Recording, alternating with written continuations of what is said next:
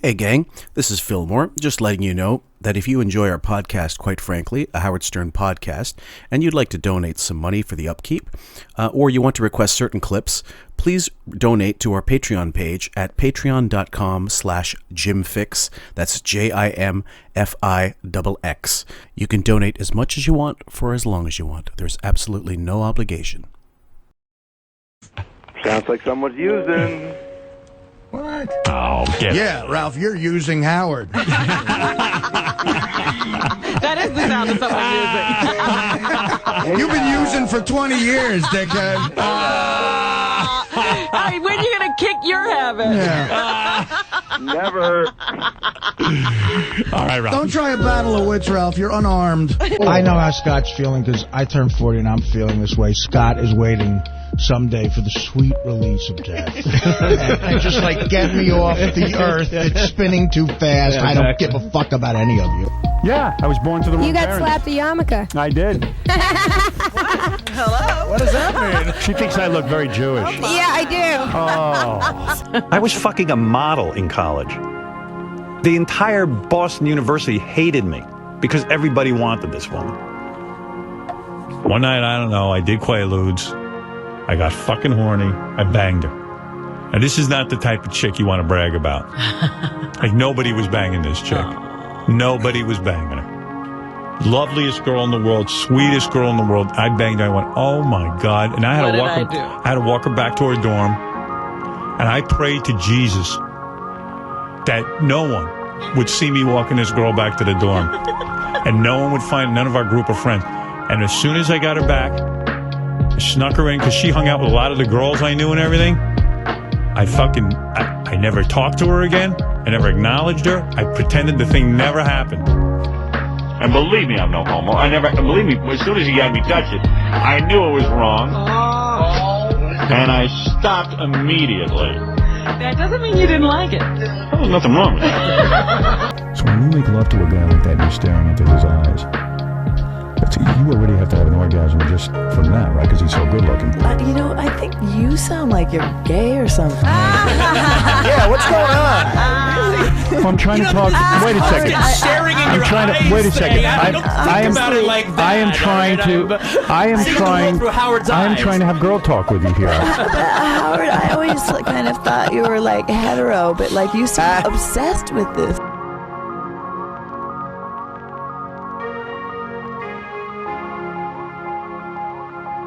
And just clean up and walk off and put out new stuff for her.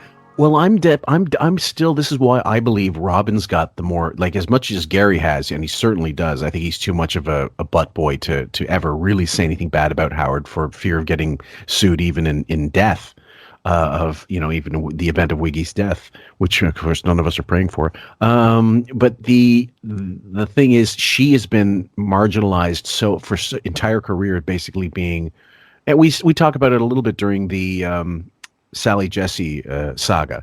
She's been marginalized. She's had to defend him. She's had to explain why she's working for this asshole her entire career.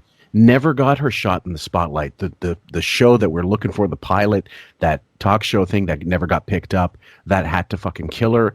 And then he'd have Sal to come on the show. I'm sure that was organized by Wiggy to say, hey, Sal, come on in and ask Robin about her show and what happened to it. I used to think it was organic that Sal wanted to bust her balls. I think Wig asked him to do that. I would agree. He's prompting staff to dig at her. Yeah, and you take the hit. Mm-hmm. So, anyway, next one is 11. Wig ditched by the horse.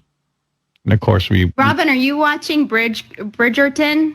I've already finished it. Loved it completely. Yeah. That's my guilty pleasure. We started watching that together. Shame on you. And I lost him the first 2 minutes. No, you didn't. It was that debutante ball when they Shame on you. The whole. Shame on you. You did it. You turned it off. Shame on you. It's really cute. We started watching Bridgerton. We both decided we didn't like it. Shame. Then someone said to us, you got to stick with it. It's really good. And I said, okay, that'll be our show. We'll watch it together. Okay, now the next part, guys. You went off and watched it on your own. You watched by yourself. But I would have watched it with you. Shame. I would have watched Bridgerton is fun. Yeah. Fun. I still have 2 episodes left. Well, I'm going to watch my shows on my own. I'm gonna watch. Good. Give me a break from you. You know what? You know what I'm going to do to you? I'm going to punish you. When I get the advanced copy of The Bachelor this week, I'm going to watch it myself. Oh.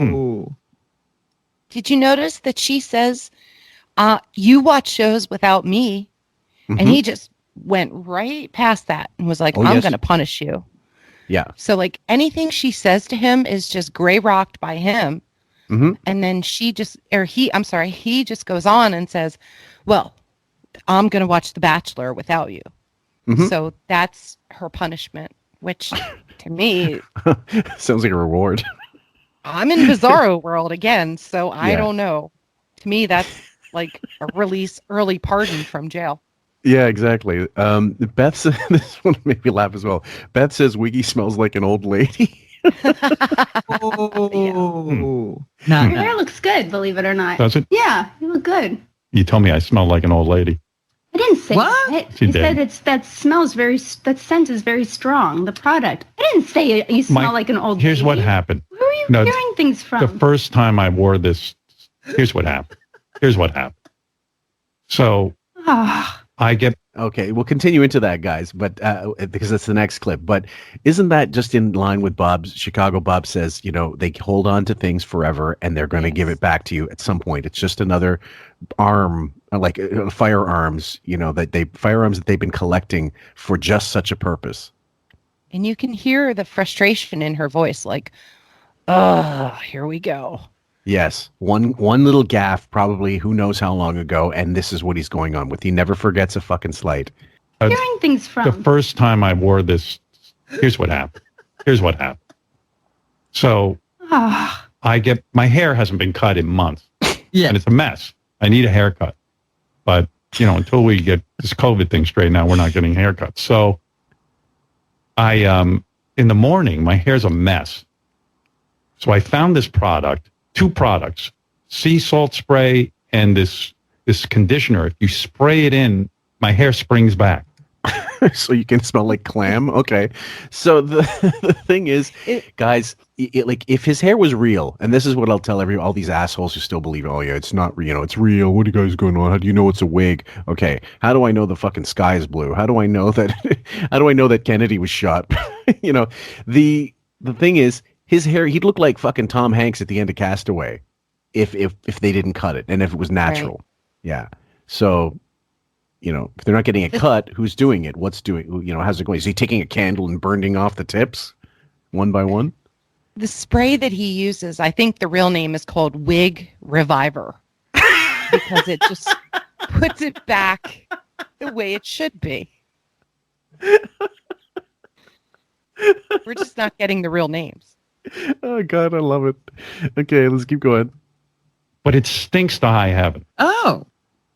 But I have like a very musty. Yeah, it's horrible. I hate the smell of it. But I don't want to say sandalwoody smell, but it's just very mixed with baby powder. That's a good description. Well, perfect for King Baby, patchouli and talc. Oh, very strong. I found this stuff in a magazine. They said, "Don't you want to look? You know how good your hair looks when you go to the beach and you just had sea spray in your hair from the ocean." Looks like they're accurate. That's what your hair looks like. So that's what it is. And it smells. Very cool. Yeah, his hair looks like if a tumbleweed hit your windshield at 100 miles per hour. like who are we even? Why are we even fucking around? Beth, it's over. This is no need to fucking placate that asshole. The next clip, number 14. Beth also sucks off pilots. It's good. Talk about in Greece when the airline pilot, he was flying a plane full of people. What did he do when he saw you? I was invited to the cockpit and I sat on his lap and I landed the plane with him. Oh my God. You see, this is what I'm talking, I talked to Beth, I go, honey, you don't understand. This kind of shit doesn't go on. That was an experience, though. How could it was from one island to the next? Yeah. It wasn't like a big plane filled with passengers. There were about 15 of us on board. When you got suspended from high school, we're gonna go into that one, guys. And realize it. I can tell you, back in the day, Olympic Airways was a trip. There was non-smoking, but they still had the ashtrays in the seats. They hadn't taken them down. And this is what I heard one time: "Ladies and gentlemen, please fasten your seatbelts. we are going to fly, 20,000 feet, going over to Athens. And then all of a sudden you hear this, please, before we take off, remember there is no smoking aboard this airplane. I loved it. So you're on with a Greek pilot. So the next one is called Principals Love Their Students, and that's a continuation of that clip. Got suspended from high school. Oh, we are not talking about that. Who came over to visit you every day on his motorcycle? We're not talking about that. Every day. Like he's making that up, or if he's not, she was clearly fucking her principal. It's hard to tell whose lies are true anymore. It's like but he's told the story 1,000 times. This. He's told this story a bunch of times. But you got to remember the picture of Beef in the leather jacket when she's standing out in front of her high school before she does like some video tutorial of all the great things the school's done in Pittsburgh, her high school. Right. And we always joke that was the principal's motorcycle jacket. But it probably that he was. used to wear when he went to her house, because we've heard this before. Yeah, it probably was. I'm going to try to remind myself to put a clip in there of that. It's not something that... Did she ever have to pay? Okay, so that one is cut off a little bit, but go ahead. Well, I was just going to say, like, how great is this? That, like, it's another passive-aggressive dance where Wiggy is bringing up all these embarrassing things from her past, like homecoming queen. And the reason she was at home from suspension is she got drunk at a dance. Yeah. Whether it was homecoming or prom, I can't keep up with those details of minutia. Yeah. Right. But the fact that he's rubbing this in her face after she went on and on about, I could have gotten Larry King. Larry grabbed my hand. Larry locked you out of the room. Right. Now it's, you sat on a pilot's lap. You had visits from your principal on his motorcycle. Right. It's never ending with these people. Never ends. Well, what's I'm just trying to figure out, is it multi-layered reasons for doing this to make her seem like she's the prize, she's such a prize that he got, and to increase her level of desirability as perceived by other people? Or is it she's a slut? Like she got everything because she's not a fucking genius. She's not a rocket scientist. That she fucked pilots. She fucked like fruit vendors for free fruit. She sucked off, principals for passing grades and got leather jackets out of it. I mean, it sounds, especially the way he puts it, it doesn't paint her in a good light, regardless if he's too stupid to realize it. No, that's why I think it's more of a passive aggressive thing. Right. But it also works for the beard narrative. Where it makes her attractive as a beard, that the principal or the pilot or the newsstand guy, or some guy jerking off in the street has to have her. Like, come on. Yeah, they're all like spitting on her. Like there was always a victim narrative of like poor Beth all these years being castigated for her looks. Meanwhile, she wouldn't go by her real name. I think wasn't she called Olivia Jade for that fucking that sunglasses ad? Sam will know this one. I think she called herself something else. There was another name. I don't remember. It was Bianca, wasn't it? Bianca Jane. That was it. Yeah. Yeah. Thank you. And supposedly Bianca was the name of one of the strippers at Scores that used to give them lap dances. So that's not a and that's how they named their bulldog, after a stripper. After a fucking stripper. Number 16, Beefus charms the rubes. Something that... Did she ever have to pay for ice cream? I mean, never. Give that talk about that. No, there was, outside of my apartment, there was the banana man, the guy with the fruit stand, and every morning he would give me a banana. Give you a banana? Not ice cream. And he gave you free magazines? Well, every once in a while. Yeah, if I was in the magazine and I was picking up. And then he was excited because if I was working and I wanted to see the tear sheet, I would buy the magazine. Okay. It sounds to me like the fruit vendor just wanted a piece of her. I don't know. Yeah. You don't give free stuff to anybody unless there's no such thing as a free lunch, guys. But he would give me the magazine, but I felt bad for him. So I would always leave the money for the magazine on his. Yeah. All right. Sure. Right. Did you hear that? He was totally fucking on her there. Yeah. You left the magazine. You left the money. Sure. What money is that? And we wonder why she doesn't want to come on mic. Because look at the treatment she's fucking getting. Right. Or even as a woman, I'd be offended. Yeah, totally. The next one is called Cuck Amuck. Her whole life with guys. So the Larry King thing was just one more thing. And I've been the victim of this because we'll go out and every guy there thinks they should be with Beth instead of me. I'm the victim. Wah. People ignore me and go for my beard. Wah. It didn't matter who she was. Like they're all going to treat like it must be. I just realized this. It must be hard going through life. Everybody thinking you look subhuman. It must be. I mean, I'm not busting on people's looks. He has made himself look worse over the years. If he just got comfortable with the fact of who he is and what he looks like all these years, sure, people would look at him because he's tall. He's freakishly tall, okay, but he's made himself look like a sideshow freak, and it's not getting any better with age. He's not dressing appropriately. His hair is inappropriate. He should just fucking go bald, and no one would give a fuck. Yep. Regardless of looks, there is something about sexy that requires confidence. Yes. And it's a personality. Yeah, it's charisma, charm. Having a game, charm, having humor.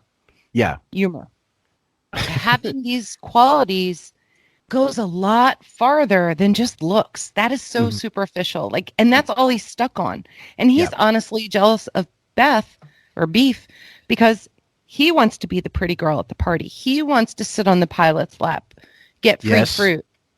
And it's always the same old story. I feel really bad for people if they're getting bored with us at this point because we're always repeating the same themes, but this is what we're given. This is all we have to work with. Right. So what you're getting is what we're giving you is what he's giving. Sorry. We're taking what we can from what he gives us. Right. And sometimes it'll be interviews, which, it depends on the interview. And some of them are worth mining more than others. And they can't figure out how I got Beth. That's not true. It's so true. No, it's every not. guy hits on you. Not every guy. No. Every guy. I mean, When they're with their wives, they can't. When they're with their wives, they're not looking at me. There's never been. Bullshit. There's never been. Oh boy, now you're lying. Who are you referring to? I'll write down 5 names right now. People that have been with their wives? Yes, of course. No. Interesting. 5 names.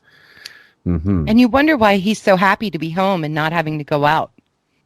We have to know that we have to know that Ben Stiller filled every fucking orifice on Beth when they were filming. Right, yeah. What was that one? In '96. Flirting with Disaster. Her in the volleyball outfit. Yeah, Flirting with Disaster. That's it. Yeah. And Ben Stiller was a fucking maniac, party animal asshole. There's a few people I hate more in Hollywood than Ben Stiller, for a number of reasons, and I think they're all deserved.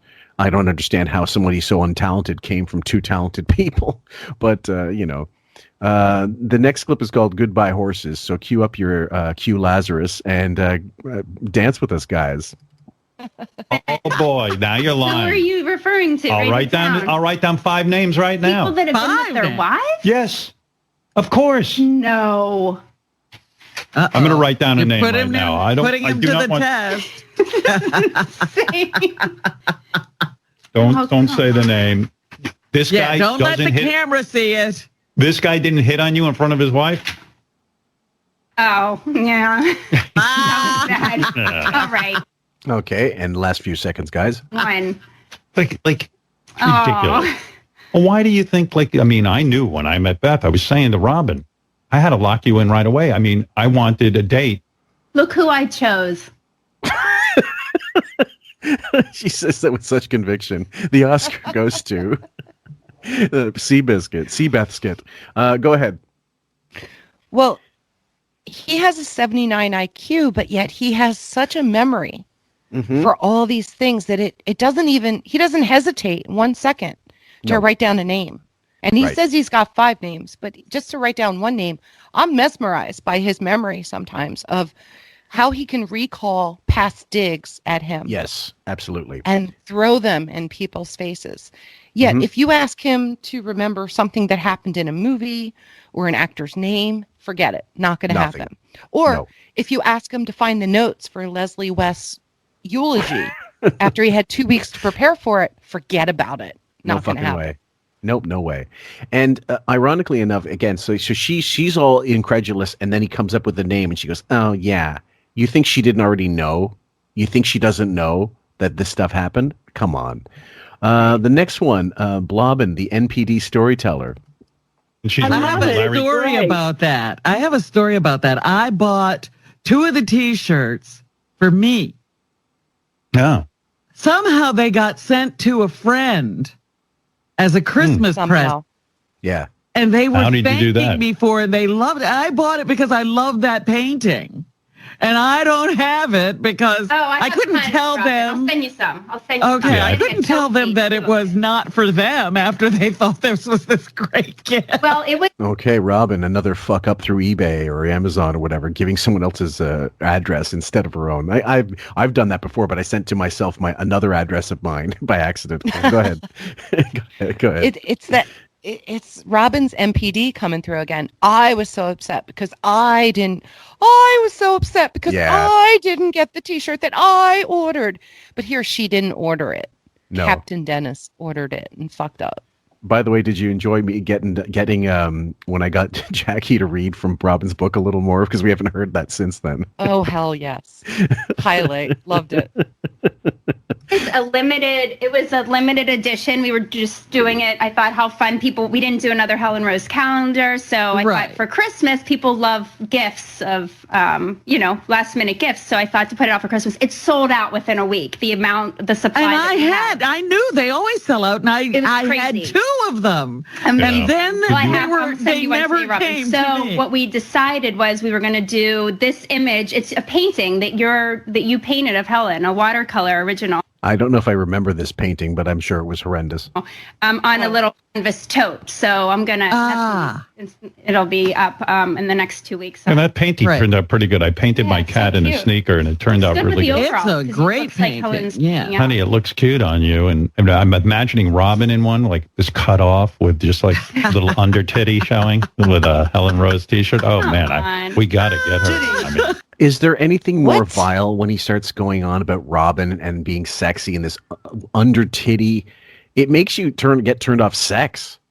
There's a reason they stopped all the Robin songs is because it just didn't play out anymore. And now this. But also because they're about her. And, we can't have that happen. Hence the news. Can't have that. Number 20, R.I.P. Rest in peace, Larry King. Here's another ass fuck of a tribute. The big story was Larry King. That's our tribute to him, that he tried to steal your girlfriend. Yeah, he really did. And the nerve of this guy, like he looks at me and goes, I could steal his girlfriend. Like I must be really hideous. Not inappropriate. He was. The other thing was, the way he says it, it's reminiscent of the Ed Bradley funeral and the bitching he did about where he was placed. It sounds exactly like that. Same tone. Yeah. Correct. It's the I'm more famous than you know. Yeah. So I deserve better treatment than this. Right. And I think if it goes long enough, like, I don't know, if you let it go, play it for 3 more hours, he'd talk more shit about Larry King. He'd talk nothing but shit about him. And in fact, later on, he'll probably say some awful things about him now that he's dead. Is nothing like he's going to sue because he really was. It's reminding him to be pissed off at him. Yep. Oh, he said plenty of awful things about Larry falling asleep on the air. He played a clip of that. Yep. He talked about, Larry used to write bad checks, apparently. Yes.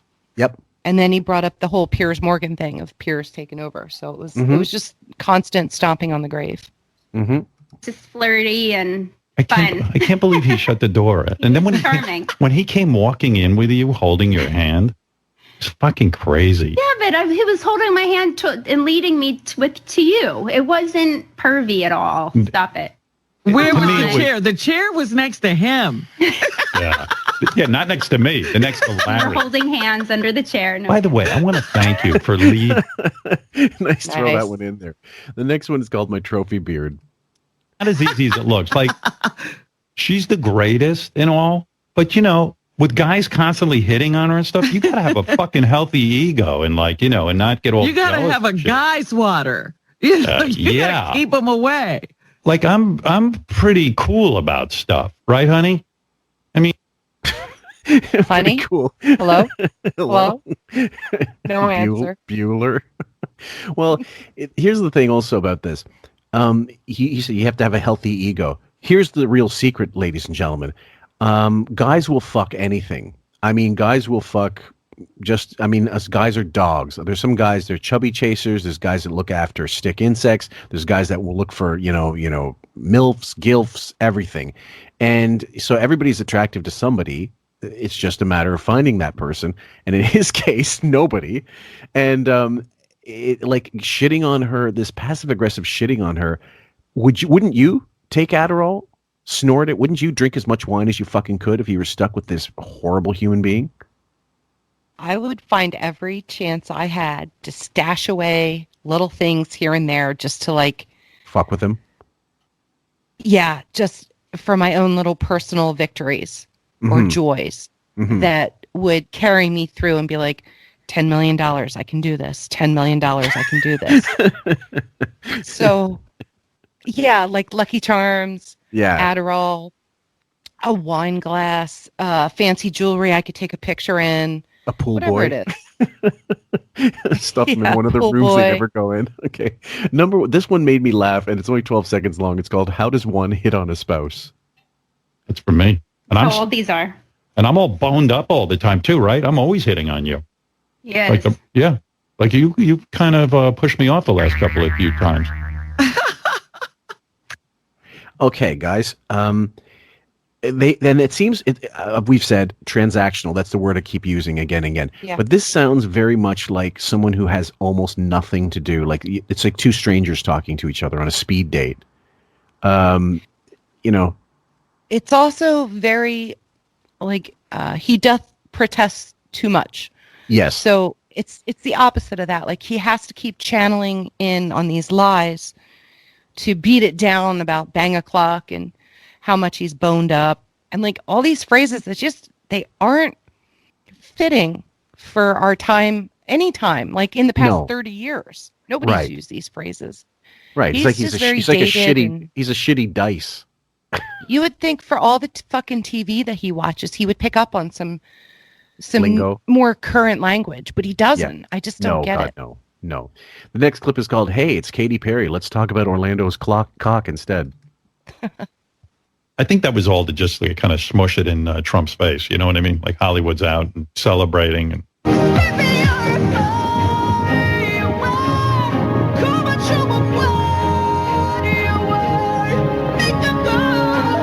I think Orlando Bloom was there with her too.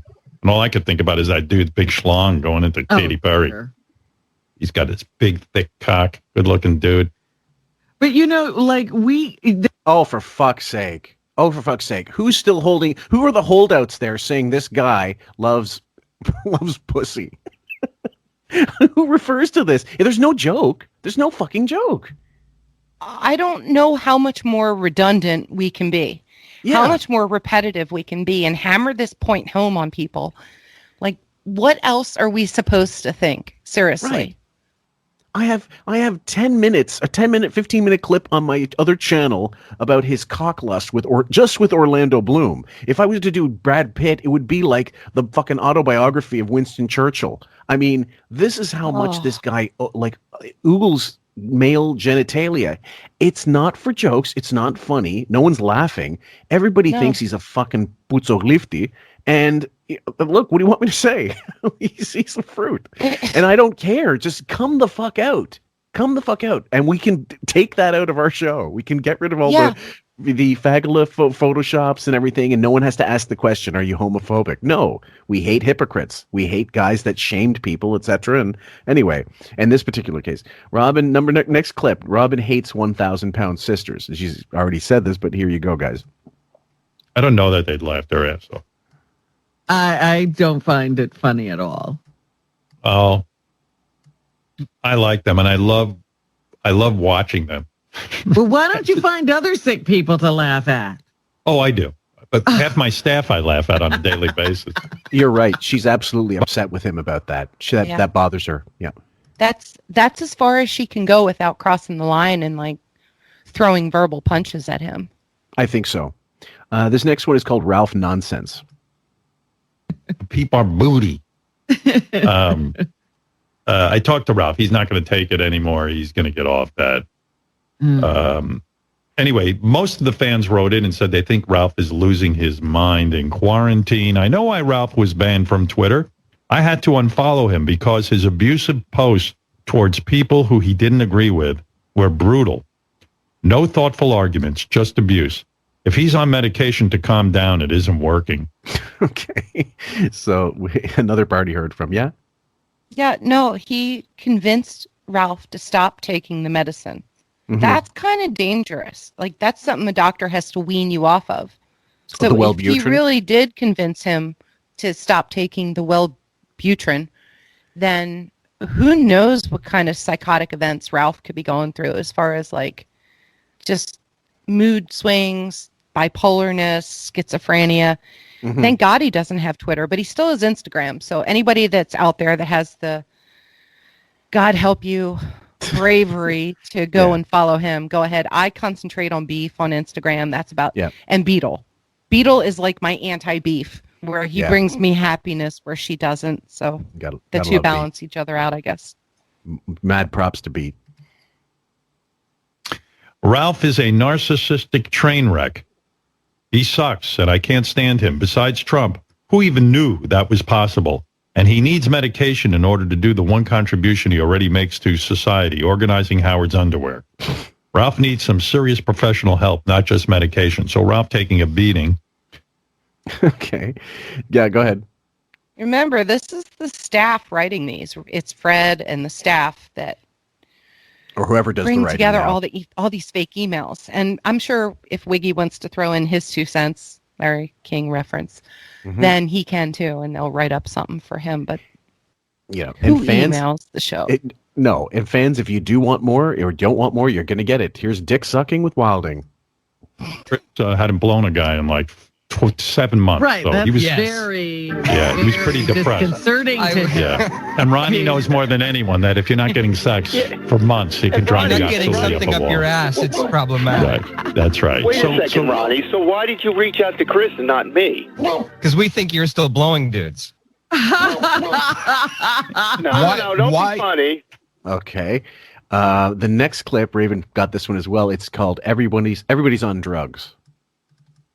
Well, I was going to reach out to you, and I just haven't gotten around to it. Yeah, it's okay. Yeah, what's that all Dude, about? I got no problem. No problem with it. I told you. I have no problem with it. Ralph was on drugs, to be fair, Ronnie.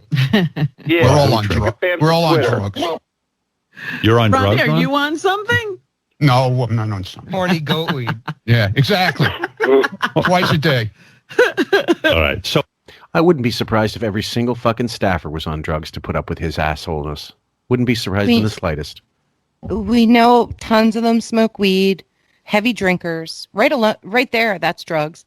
Yep. And then we know Jason Kaplan is on prescribed Wellbutrin for, 15, 20 years now? And the Lexapro. I'm sorry, he was Lexapro. My bad. Yeah. Thank you. They're all doing something. I'd say Jason takes the Lexapro to give him that confidence, but he takes the pot to calm himself down before he starts telling people how much assholes he thinks they really are. And Jason really is psychologically disturbed as well because he's got such self-hatred, like he's got such bad image of himself, and I don't blame him. He looks like a Lord of the Rings character. And so the pot, but he's also, unfortunately, that Lexapro gives him no censor. And that I remember Tom Chiusano explained to Gary, look, you got to chill him the fuck out because otherwise he's going to get fired, by doing this. Well, when you throw into that recipe of self-esteem, mommy issues, and possibly closeted gayness, then you're in for a real ride because you need a medication to calm all that shit down that's going in your head. Like, just deal with life. I understand mental health. Trust me, I'm not. This is nothing to anybody except the staff on the show that we're talking about right now. Right. Because of what they have to go through and because of how they choose to deal with things. Yeah. This is why we're saying what we're saying. This doesn't apply to regular people.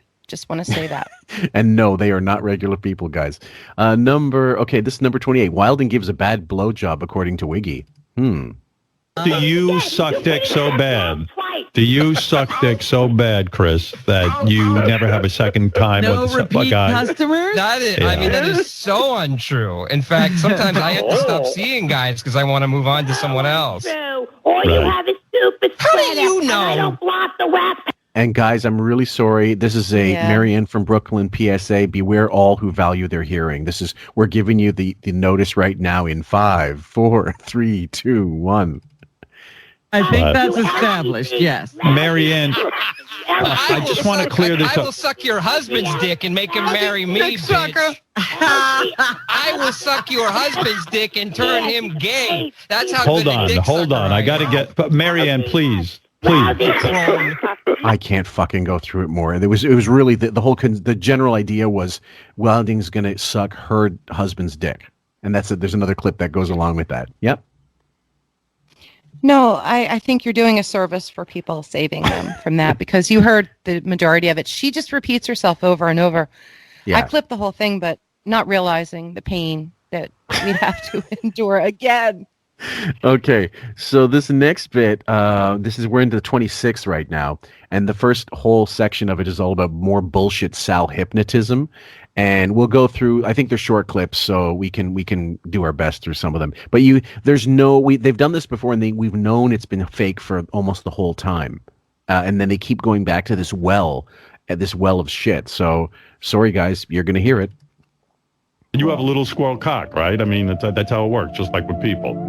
I have the genitalia that is fitting to me, to my body. It's in proportion to me. So you're well hung? I have genitalia in proportion to me. How do you attract I don't female have an squirrels? ego. I don't have an ego over genitalia. And That's not important to me. how do you attract other squirrels to you? Okay, this is meant to be entertaining. Number 2. You ever have sex with male squirrels? Like, is there homosexuality in the squirrel community? I don't have sex with male squirrels, but there have been male squirrels who have pressed up against me and who have ejaculated on me. So now we have to make the animal kingdom gay. Okay, Yeah. so what are we running out of? Like lawn chairs are gay. Fucking, your My choice couch. of cigarettes. Your couch is gay. Cigarettes are gay. Does anybody need more of a flaming target? Okay. And I don't. So another male squirrel came on you, on your face? Yes, but right. no, on my side, on the side of my hip, because he was looking for a vagina. But the thing is that when the male squirrel ejaculated on me, he wasn't sexually attracted to me. Oh fuck! Like who writes this fucking shit? Are we going to blame Please. Sal for writing this? I apologize for clipping these even now. I don't know what to say. I'm kind of speechless. Like, you wouldn't believe this was an hour and a half. Yes. Okay, just this past Monday, Tuesday, Yep. and even our thread was just like disappearing. Yeah. People were bailing left and right. Nobody wanted this. Nobody. Yes. Right. And I read fan pages on other Stern sites, and even they put this down. Like, there was nothing good to be said about this. No. So if you want to go to part number 3, go right ahead. Okay. Well, I'll just. It's just gay talk. Okay, I'll play one. Okay. Let's have some fun with this one. You know what you clipped, but I don't. So I'm going to randomly pick from 3, 4, and 5, and I'll just pick number 4 for the sake of it, and just see what we get. How's that? Sure. Okay. Load. How long will the load stay on you? Like for a couple of days? See? I told you. Do 5. It's like Do 5. Let's make a gay deal. what's behind gay door number 3? That's how bad. Does he know how I'm doing now? Yes. You're good on the outside. You're horrible on the inside. You think? Yeah. Yeah. Well, I think he's a little bit full of ego because I really don't have a problem. He says you're good on the outside. You're not. No, I'm good on the inside. Now, this is a pre-written bit, obviously, guys. Did you hear Luigi laughing? let's shit on Robin. That was the mandate for this particular section of the bit.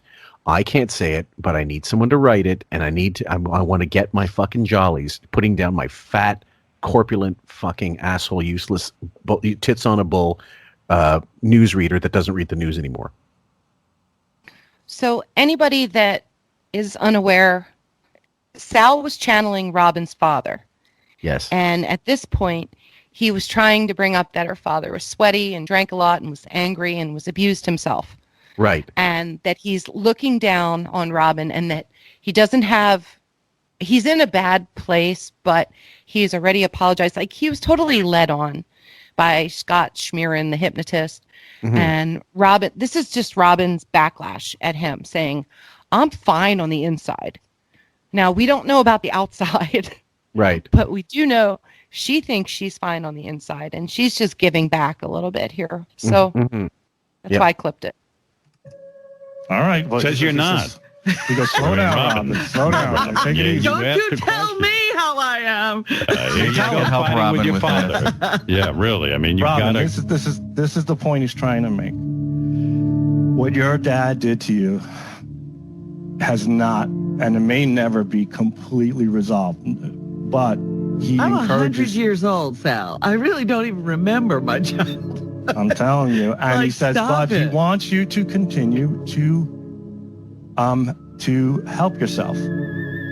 Okay, she doesn't remember, but she knew enough to write it in a book, which is now, of course, fucking Isaac Asimov science fiction. But go ahead. Well, she says she got the apology she wanted from him, but isn't it at the point where he was like near death with Alzheimer's and dementia? Alzheimer's. Yeah, she never got it. Okay. And at the end of the book, Benjamin especially was the one to really, we all agreed, it looked like a setup to get him. She was going to videotape her father, and she was going to spend an afternoon with him and cook for him and stuff, and try to get, it sounded like the book company trying to get admission from him, which never came because he couldn't remember anything, according to her. Mm-hmm. And if they could have, she would have written it. And her mother denied everything, and people would anyway. But I found, thank God, we're going to try to dissect it at one point. Some listener, thank God, found the clip and sent it to me of Robin. This was a guy on Reddit. I don't know his name on Reddit exactly. I can't remember, but thank God to him. He found the clip in the summer of 98 of Robin's parents coming in studio. Nice. And this is 3 years after she wrote a book accusing him of so much horse, like we all believe it's horse shit. And we asked Jackie about it. He's like, I don't remember, but you can hear him and Fred going, "Oh my God, what's this going to be like?" The palpable discomfort in the room is off the charts. And if we ever go through it as some kind of Robin thing, you guys will go nuts. I remember them saying that this can't be real. Right. That they didn't believe any of the stuff in her book, including Howard. Yes. Howard, Jackie, and Fred all agreed that she had just made up shit and put it in the book to sell books. That's correct. And so at the end of the day, it's this bit just kind of ties into the nonsense, but we'll continue as we do. Number 6, Larry King Eulogy, all about Beefus. Beth and I are so nuts. Like, I said to Beth last night, I go, I don't know. I'm feeling bad about the Larry King obit because I really loved Larry King. I read all his books. No, he's not. His interview books. And I said, and then I saw like the Daily News wrote up our story about how, Larry was hitting on Beth. And I was just like, I hope people understood that, I still loved Larry King. Yeah, that was all in good fun. Just one of those Larry things. Yeah, I mean, Larry wasn't the only guy to hit on Beth. Okay, yes, and we're going to go into that. Pretty much whenever I go anywhere, guys are hitting on Beth. Even though and I get no respect. Like, people are just like, oh, yeah, she's with Howard Stern, but fuck that. They brush right past. So this is a two-pronged thing. I get no respect, but she's with me because of me. It's such a whirlwind of passivity and passive aggressiveness that hits him and hits her at the same time, and yet he's comfortable telling this. Like, it makes him look like shit. It's kind of the victim mode. If you look at it from his viewpoint, it's like, oh, poor me. I finally got my wife, and now everybody else wants a piece of her. Right. But the only reason they think she's with me because of my money, basically. Right. Yeah. So also, he had to walk back on the Larry King eulogy because of the Daily News article. Yes. He had to say something, and because he had said the day before, well, I'm not so sad about Larry passing. Mm-hmm. And then now it had to be, well, I'm not sure about what I said yesterday, but it's not, I'm sorry. There's no responsibility / accountability. It's just, I just want to rehash yesterday and how he tried to steal my wife. Right. So there's that. So the New York Post wrote an article about basically documenting his comments, like repeating his comments back to him. And yet this is the same as the Gabri Sidibe thing where like, no, we're just worried about her health. And Robin went on all kinds of shows and said like, we're concerned about her well-being. And, my fucking ass, who do you think you're talking to? That's true. Yeah, I mean, like as Beth said yesterday, like we'll go to dinner or something and someone will just like, as soon as I get up to go to the bathroom or something or go over somewhere, say hello to someone, that guy grabs her hand and says, what are you doing with him? I mean, it's just like, I get no respect. It's not like they're intimidated or say, I could never. Yeah. Larry King grabbed Beth's hoof and made off with her. Go ahead. Nobody is intimidated by Wiggy. Trust me. Nobody. Not a single person. No. Howard. And then I'm sitting and talking to Beth last night about it. And then she told me like 20 more stories of guys who have hit on her. And I was like, that sounds like, if it's true, it sounds like Wef will be beef going, well, if you really want to treat me like shit, here, how about this? How about another fucking bunch of examples of guys trying to hit on me? Who hits on you? Nobody. Because you're ugly. Could you see the screaming match where it's just back and forth like, well, what about this night? Oh, yeah. And this guy. I had him come up to me when I was going to the bathroom. And this guy. And And it's just like, she could have totally deflated his ego with a whole list of names. I really seriously doubt she is that brave. Mm-hmm. I think it's more of just him trying to build up a story to tell us, to be like, oh, poor me. Yeah. Beth is hot, where, he props up the beard and then it's like, oh, poor me. So it's a total narcissistic. It's a couple angles. Double hit. Yeah. Yeah. Like, oh, you should tell that those on the air. That you like, so. Yeah. Oh my. Yeah. I was like, Jesus, it's like a fucking pandemic. So this next clip is about it's about the bang a clock bullshit, and Bowie gets in on the mix here, and it's called Mary Delabate gave her last blowjob 30 years ago. Gary said he tried bang a clock at 4 o'clock. Like, what happened? You said to Mary, hey, there's this thing going on, right? Well, I come down from the show. Mary's usually in the kitchen, and she goes, "How was the show today?" And I said, "Good." And we did this, we did that. What else to talk about? I said, Howard and Beth are doing this really cool thing. She knows what bang a clock is. I said, they're doing this really cool thing where they're like doing bang a clock today at 4, and they thought it would be like fun if everybody did it. It would be really cool. Why is it cool? Gary, I know you're trying to earn your paycheck, but dude, you need some acting lessons. Go ahead. Well, you talk about transactional relationships, and I think this is another example of one. Completely. Because they've been together for so long and their kids are out of the house, so they have empty nest syndrome. Mm-hmm. And there's rumors about Gary having a wandering eye. I'm not going to get into it. It's not my business. Yeah. But, hey. It is what it is. That's all I got. Okay. And she goes, you're usually in a meeting at 4. I go, I can move some stuff around. And she just laughed and walked away. Wow. Oh, dear. She made a face, too. She's like, come on, give me a break. Like, but why give her a break? Bang a clock. Why not? Like, why not everyone bang at 4 o'clock? God bless you, Mary. God, she totally knows. She rode that fucking monkey all the way to the bank.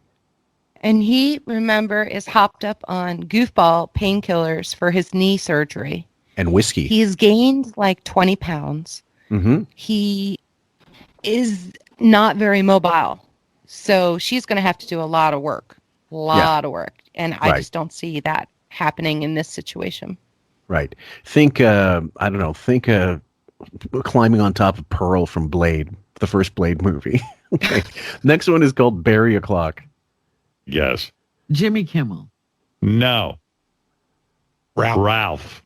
Oh, exactly. no. Yeah, here's what he wrote. Who's he banging? He goes, He banged himself. FYI, I'll be unavailable from 4 to 4:20. Hashtag J o'clock. What is J o'clock? Jerk off o'clock? Like instead of bang o'clock? I guess so. That's what it sounds like. And I was like, 20 whole minutes, dude, for jerking off? He goes, yeah, 10 more minutes than you, dude. 10 more minutes. Wonder who he thinks of. Okay, let's keep going. I was like, okay. Contentious here. Right. So we're trying to have a good time and bring people together. Yeah. I did not jerk off, Howard. I did not. But, you bring up a really good point, too, about something else. Like, if too much time goes between, times that you do sex, you're just like you. I'm not working at peak performance because I'm too excited. So I've tried to sell the idea, like, the more we do it, the better I'm going to be. Yeah.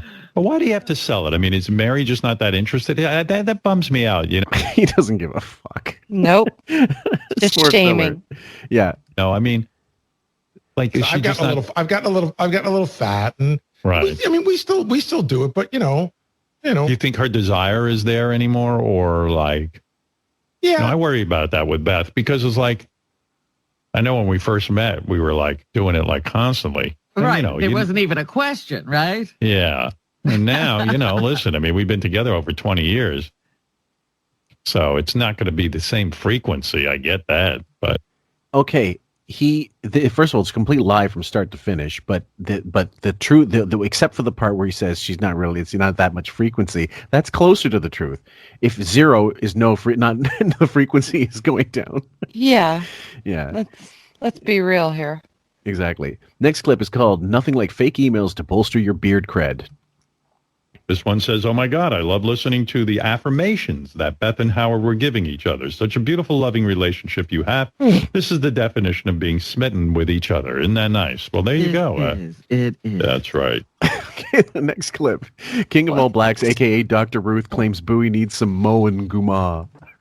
All Blacks wants to say good morning. Go ahead, King. Yeah, listen, no disrespect to Gary. I love Gary, but I don't think, I could be wrong, but I don't think his wife is sexually attracted to him. You think? You think, King? So let's go at number 11. Now King of All Blacks takes aim at John Hines' particular level of repulsiveness. What's that, King? Why is, and I'm not being funny, I'm serious, I'm being real honest. Why would John Hines' wife, why is she attracted to him physically? I'm serious. I'm not playing. Howard, I could see he got cool clothes. He got the hair. You know what I'm saying? I could see why Beth is. You did your job, King. You got a double hit. You fucked on John Hines, just ogre-looking fucking face, and you boosted Wig's ego a little bit. Congratulations. Go ahead. Right. We all know what drives most of the relationships, including JD, John Hine, Bowie, Wiggy, and even with all her money, Robin couldn't land a shark. So there you go. Not a guppy. The wallet, the mighty wallet, drives all these relationships. Mm-hmm. Most of them. That's majority. Right. Next clip is called "Discussing Show Cocks." I know you guys have been frothing at the mouth waiting for this clip. Yes, everybody wants to know. Who is a gay man? He believes John Hine is very well hung, like he's got a big, thick cock. So really? that could be part of it. Different. Yeah. That's different. But Gary, I don't think Gary's hung. I don't understand. I've seen Gary naked. Gary was hung. I'm fine. I've seen Gary naked. Gary's very thick. He's got I'm good. He's got a big beer can cock. All right. So if he's. Oh God. Yes, please help me.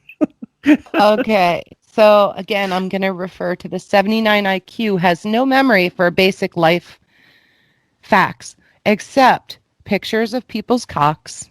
Yes. And people too. Things that people have done to piss him off, to offend him. So those are the memories that he saves all his memory power for these things. Naked cocks, like Sal and Richard when they got the dildos made to put in Ronnie's ass. Mm-hmm. And anybody who has done anything to offend his ego. Yep. Number 13, Wilding pipes up about Bowie's member. if you have any questions. And John You can Hines, describe Gary's cock. I can describe Gary's cock. It was pretty girthy and had Was a nice it darker length. than the rest of his body? Yes, it was dark.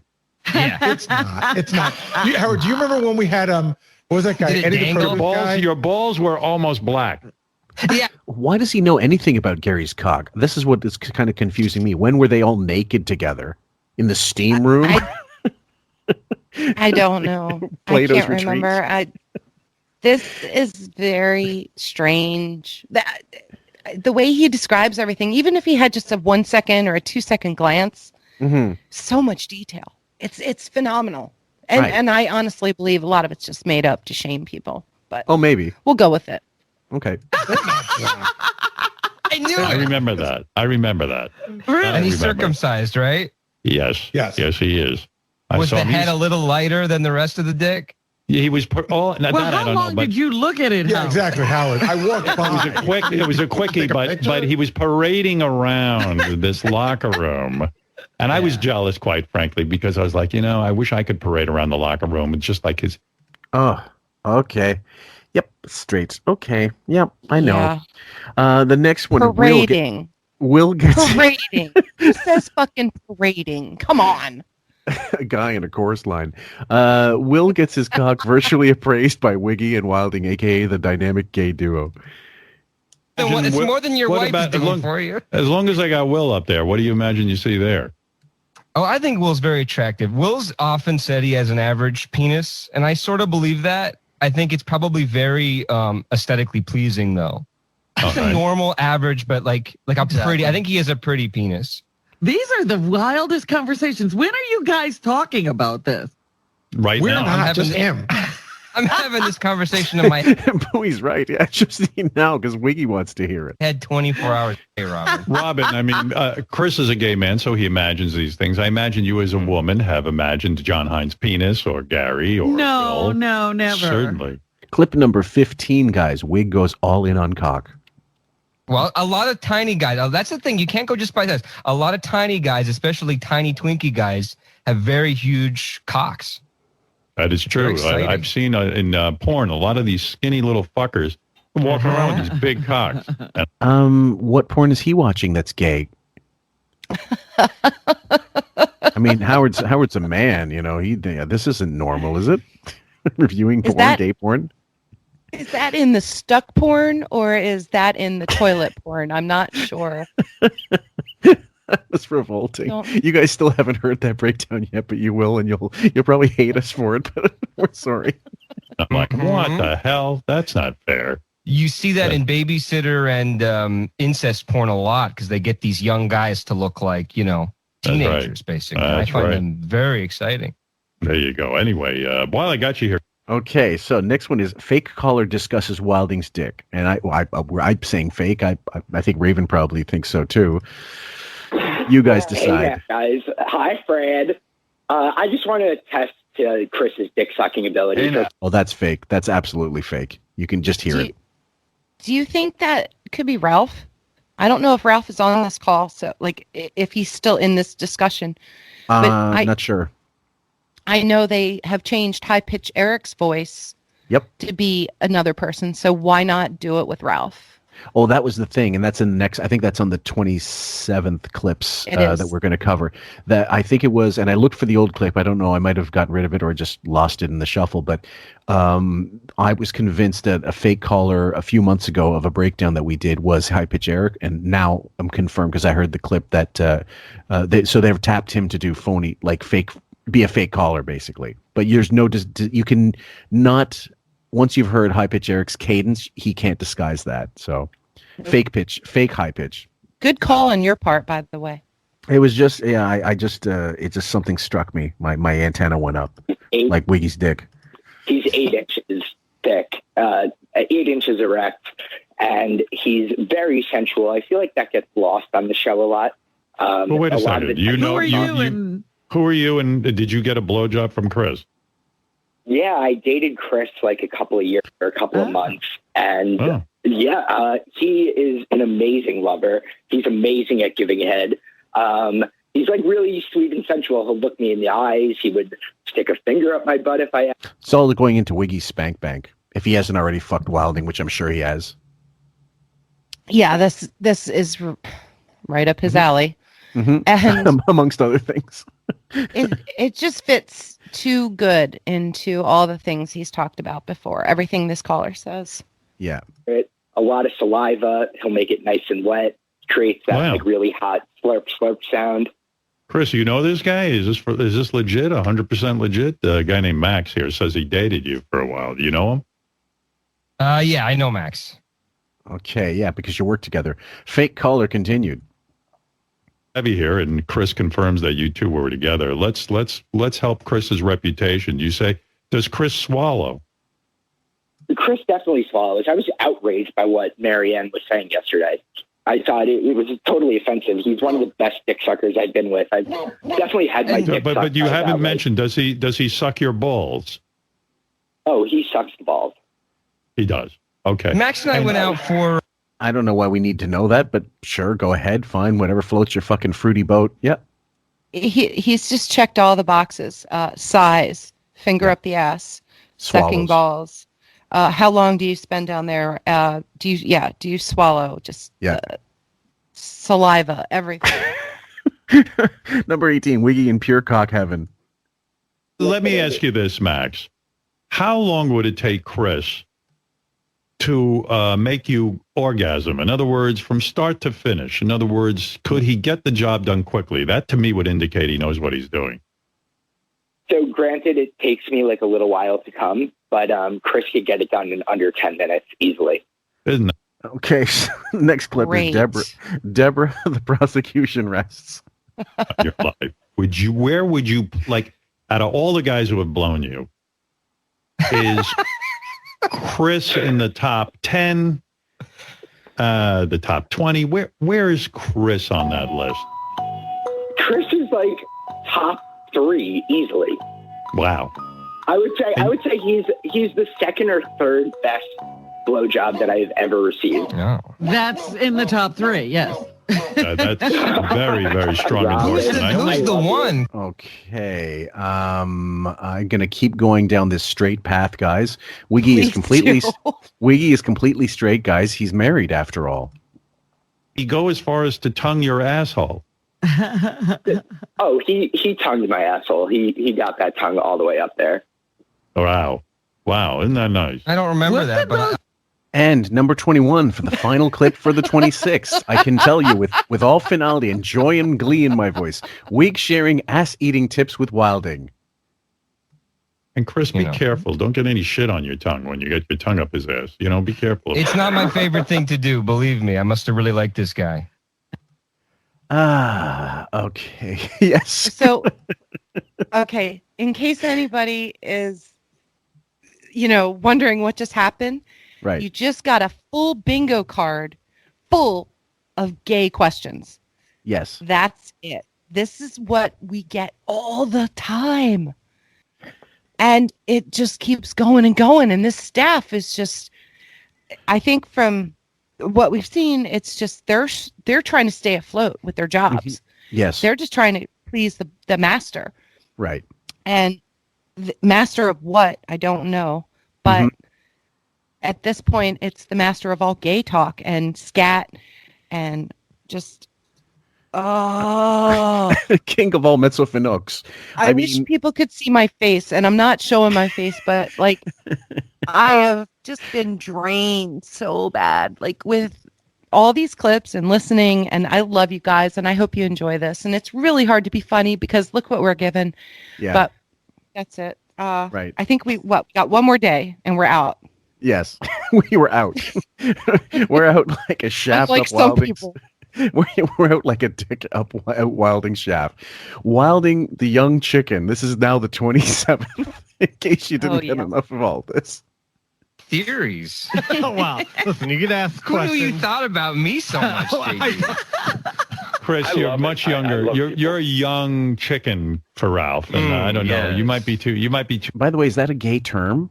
Chicken? I've heard chippy, but I know not bear, chicken. obviously. Like I've heard guys say, "Oh, look," when they're talking about women, talking about him as a young chippy, But I've never heard this chicken reference, and it gets worse later on. Okay. Too young. In other words, you might see him as too old for you. I have a feeling. I'm like his young ward. Put it that How way. old are you, Chris? Chris is, quite frankly, he's a little old. I mean, He's Dick Grayson. Sorry, I had to throw that in for the comic nerds. he's like in his 30s, right? He's a little too old for Ralph.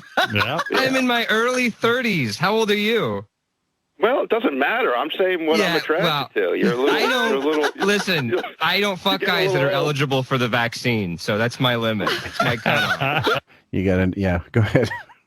Ralph is 56 or 57, depending on where his birthday is. That I think it's in April, so I think he's coming up on 57. I think so, or 58 even if I think Possibly. 57 is probably closer. Wasn't it, I think something like 18 years between him and Howard? Or not 18. It's not quite. Yeah. No, it's not 18. It's more like 11 or so. It might even be 9 or 10. Yeah. Okay. So close enough to be a generation away. Hey now. All right, Ralphie boy. Thank you. Ralph on fire today with his sexuality and who knows. If you by that you mean flaming, then yes. Knows what's happening, Chris. Good for you. Thank you. But to me, Chris is a fresh cutlet for Ralph, and who knows what's going on. Robin? Ralph is saying he's getting a little long in the tooth for him. Oh, God. He's going to leave that one alone. So he was a chicken, and now he's a cutlet. That's I right. am so lost. I just don't understand. And Sam even questioned me in the thread, like, cutlet? ? I'm like, just listen to the breakdown. It's there. Aren't cutlets with those fake things they put in the bras? Yeah, that's what girls put in their bras to give them a little lift. Fake cutlet. Yeah. Okay. The next one, I didn't understand it until I played it, but I'll just let you guys figure this one out for yourselves. Robin undersells Steven Singer. Oh, this is good. I like this. Okay. Of these gold dip roses. I have a whole new bouquet, including Twinkle Twinkle. Twinkle Twinkle is a beautiful, beautiful color. Visit IHateStevenSinger.com. Get yours today. Great Valentine's gift, Steven Singer. IHateStevenSinger.com. Not really. These gold... That's great. Really. Did you catch it? Not really. Not really great gifts. All Way to right. go. So this is the aforementioned clip, guys. Meet Low Pitch Eric, disguised as a fake caller, if I'm not mistaken. Lips, like her lips, like touched my whole cock, and she gives the best blowjobs ever. She goes down so slow. Marianne's husband, does she lick your balls and ass? Oh, no, just my balls. I never do ass play. You don't want ass. No. You sound like a guy. Because the reason why we know that one's fake is because we know that's high pitch Eric is because you can hear the fucking mayo in his voice. He can't disguise that because he's such a fucking corpulent piece of shit, and you can't. So for the years, that high pitch is fake, right? Okay, so great question. He says the low pitch hurts his voice. Right. Yeah, we've heard him do the low pitch during certain segments where things get really sexual or he gets stressed out. Like he's scared of fish, which is some odd. And I think when they brought the fish in one time, he did that low voice. So I kind of think that the low voice is really him, but I don't know what to believe. My head spins by this point on the show. He was pretending to be Marianne's husband, just so anybody was trying to understand how they throw him into the show. They're like, oh, it's Marianne's husband on the phone. Mm-hmm. And that's where he came in doing that voice. And this one's hard for me to read, but I'll try. Sexy shower talk. Sexy. You know. Well, I've just been handed a note. Ralph and Chris constantly text each other about getting in and out of the shower. See what I mean? You're right, Kirby. Yeah, but what is that about, Ralph? I don't know. What is it? They text each other about getting in and out of the shower. I don't know. Maybe we text a lot. That might come up. I think last night we were texting. I told him I was going to bed and I'm naked. Okay. Here we go. Christ. So we went by By the way, we went, I don't know how many decades, them trying to be ambiguous about Ralph's sexuality, and now all of a sudden it's okay to say he sucks dick. On a regular show nowadays, like towards the end, you'll get Wiggy and Ralph doing the gay voice, like maybe 2-3 times. It's kind of crazy because before it was always like once in a while you'd hear it and be like, whatever. But now it's like all the frickin' time.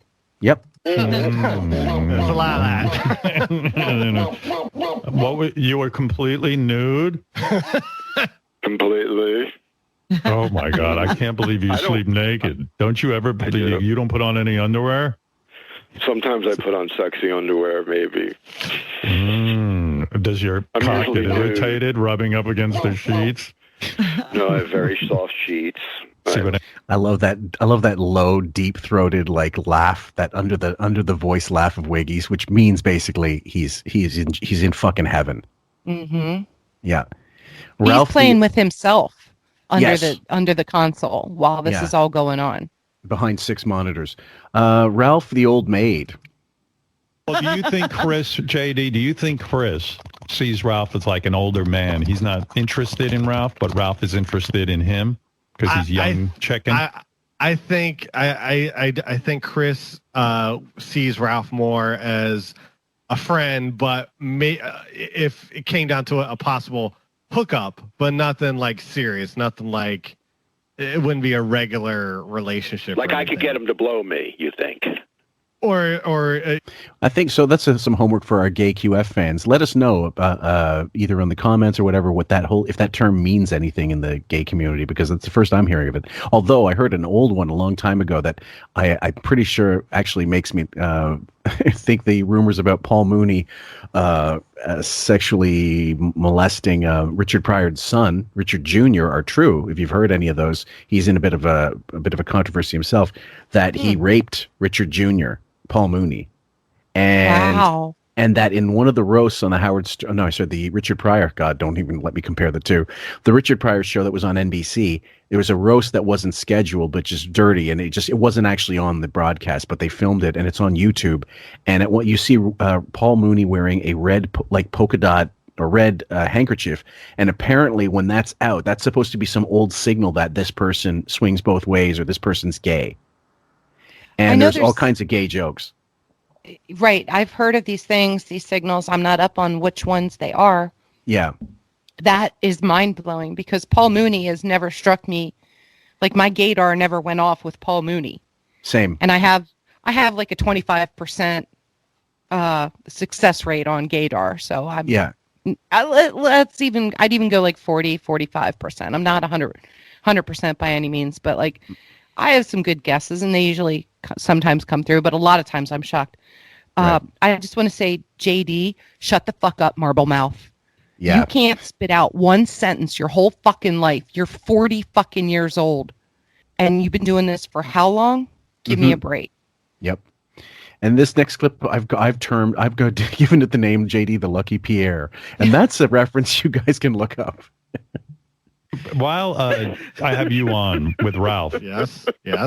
Talk about that. JD has a theory. JD is an interesting guy. He has theories on things, and I love his theories. JD thinks Ralph and Chris have like joke phone sex, like kidding around phone sex, and he thinks Ralph probably touches himself during it. Would you just explain that, JD? Well, I wasn't sure. First of all, we're having some crazy conversations at this back office. The whole JD thing. Okay, it's quota time. We got to bring JD in for something, right? That's basically his function here. Yeah. Robin. Okay, next clip. Robin doubles down on Wiggy's bullshit evolution. Go through the same thing where people would still prefer you to be the radio performer you were in the 80s. Yeah. And he's changed. He's not as tough anymore. He's whatever they have to say. Tough? What the fuck does that mean? So he couldn't break wind. Because they liked that. Yeah. I've completely changed. So, and I know I'm not for everyone. I wasn't back then and I'm not now. You can only just be yourself if you're going to be a real entertainer. Wow. Yeah. If you stay stuck, like Kevin was great today because he goes, Okay, this was supposed to go, I think, at the end of the Kevin Hart interview, but it was clipped before. But that's my mistake, guys. My bad. Not nothing Raven did. But you wanted to say it's timeless. Don't worry. No, it's just the way he's changed is he's not entertaining as an entertainer. Yep. We used to find the show entertaining. We used to have Artie. We used to have comedians come in and sit in on the news and actually just kind of riff naturally. Yes. We don't have that anymore. Everything is planned out to the goddamn minute. Mm-hmm. They don't even really talk about movies they've seen. They do, like, for basically, like, but not the way they used to. They don't talk about stuff behind the scenes in Hollywood. They don't really talk about stuff I love, the pop culture crap. It's now tunnel vision, COVID, masks, not Bernie, Trump, Trump, Bachelor.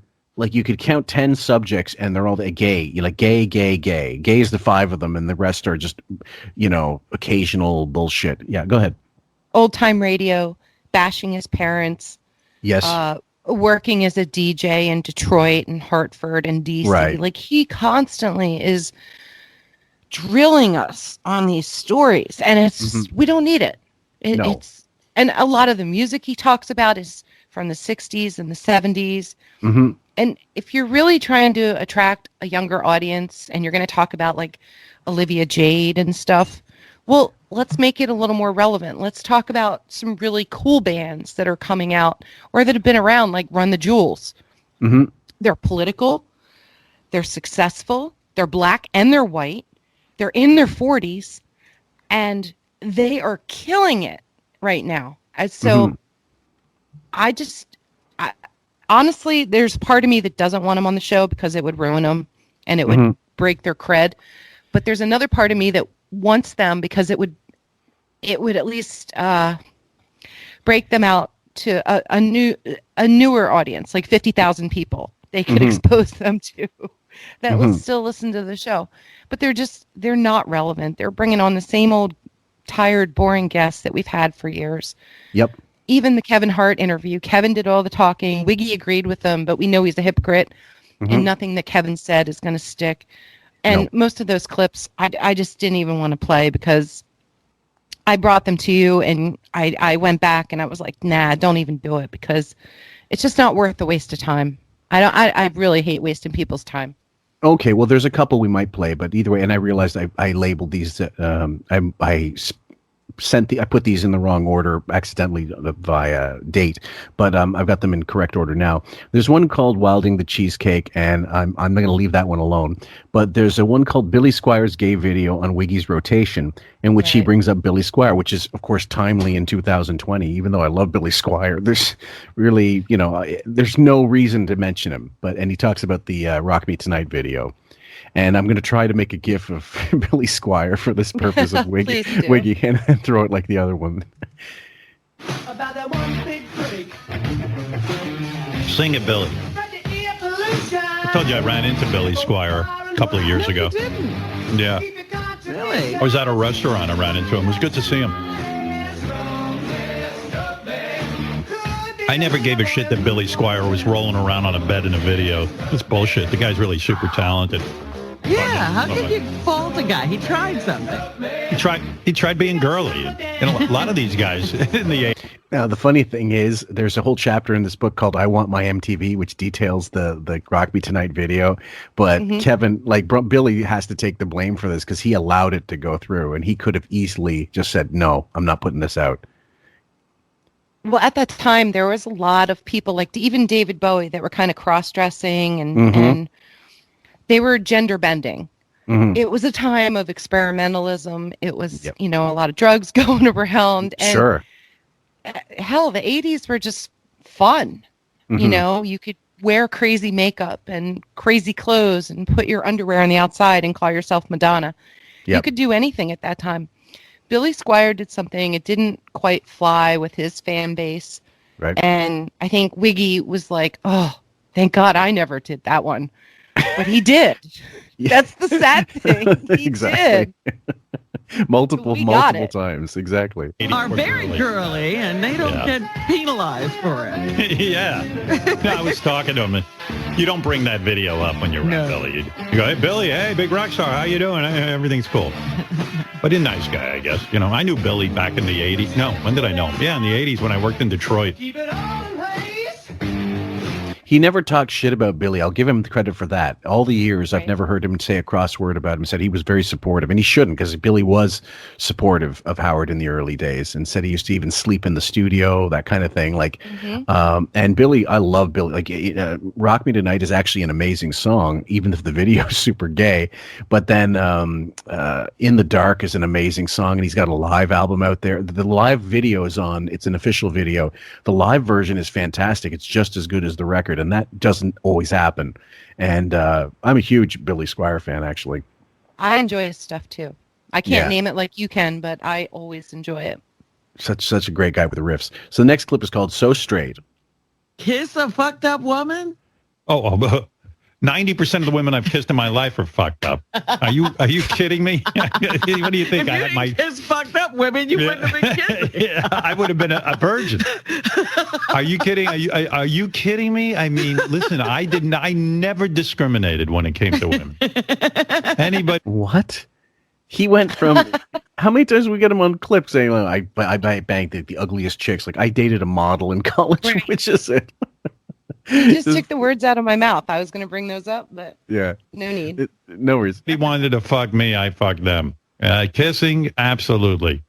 I mean, I had a little bit of a standard, but very low standards. Stop it. Well, it's true. I didn't have high standards. Like he has them now. What?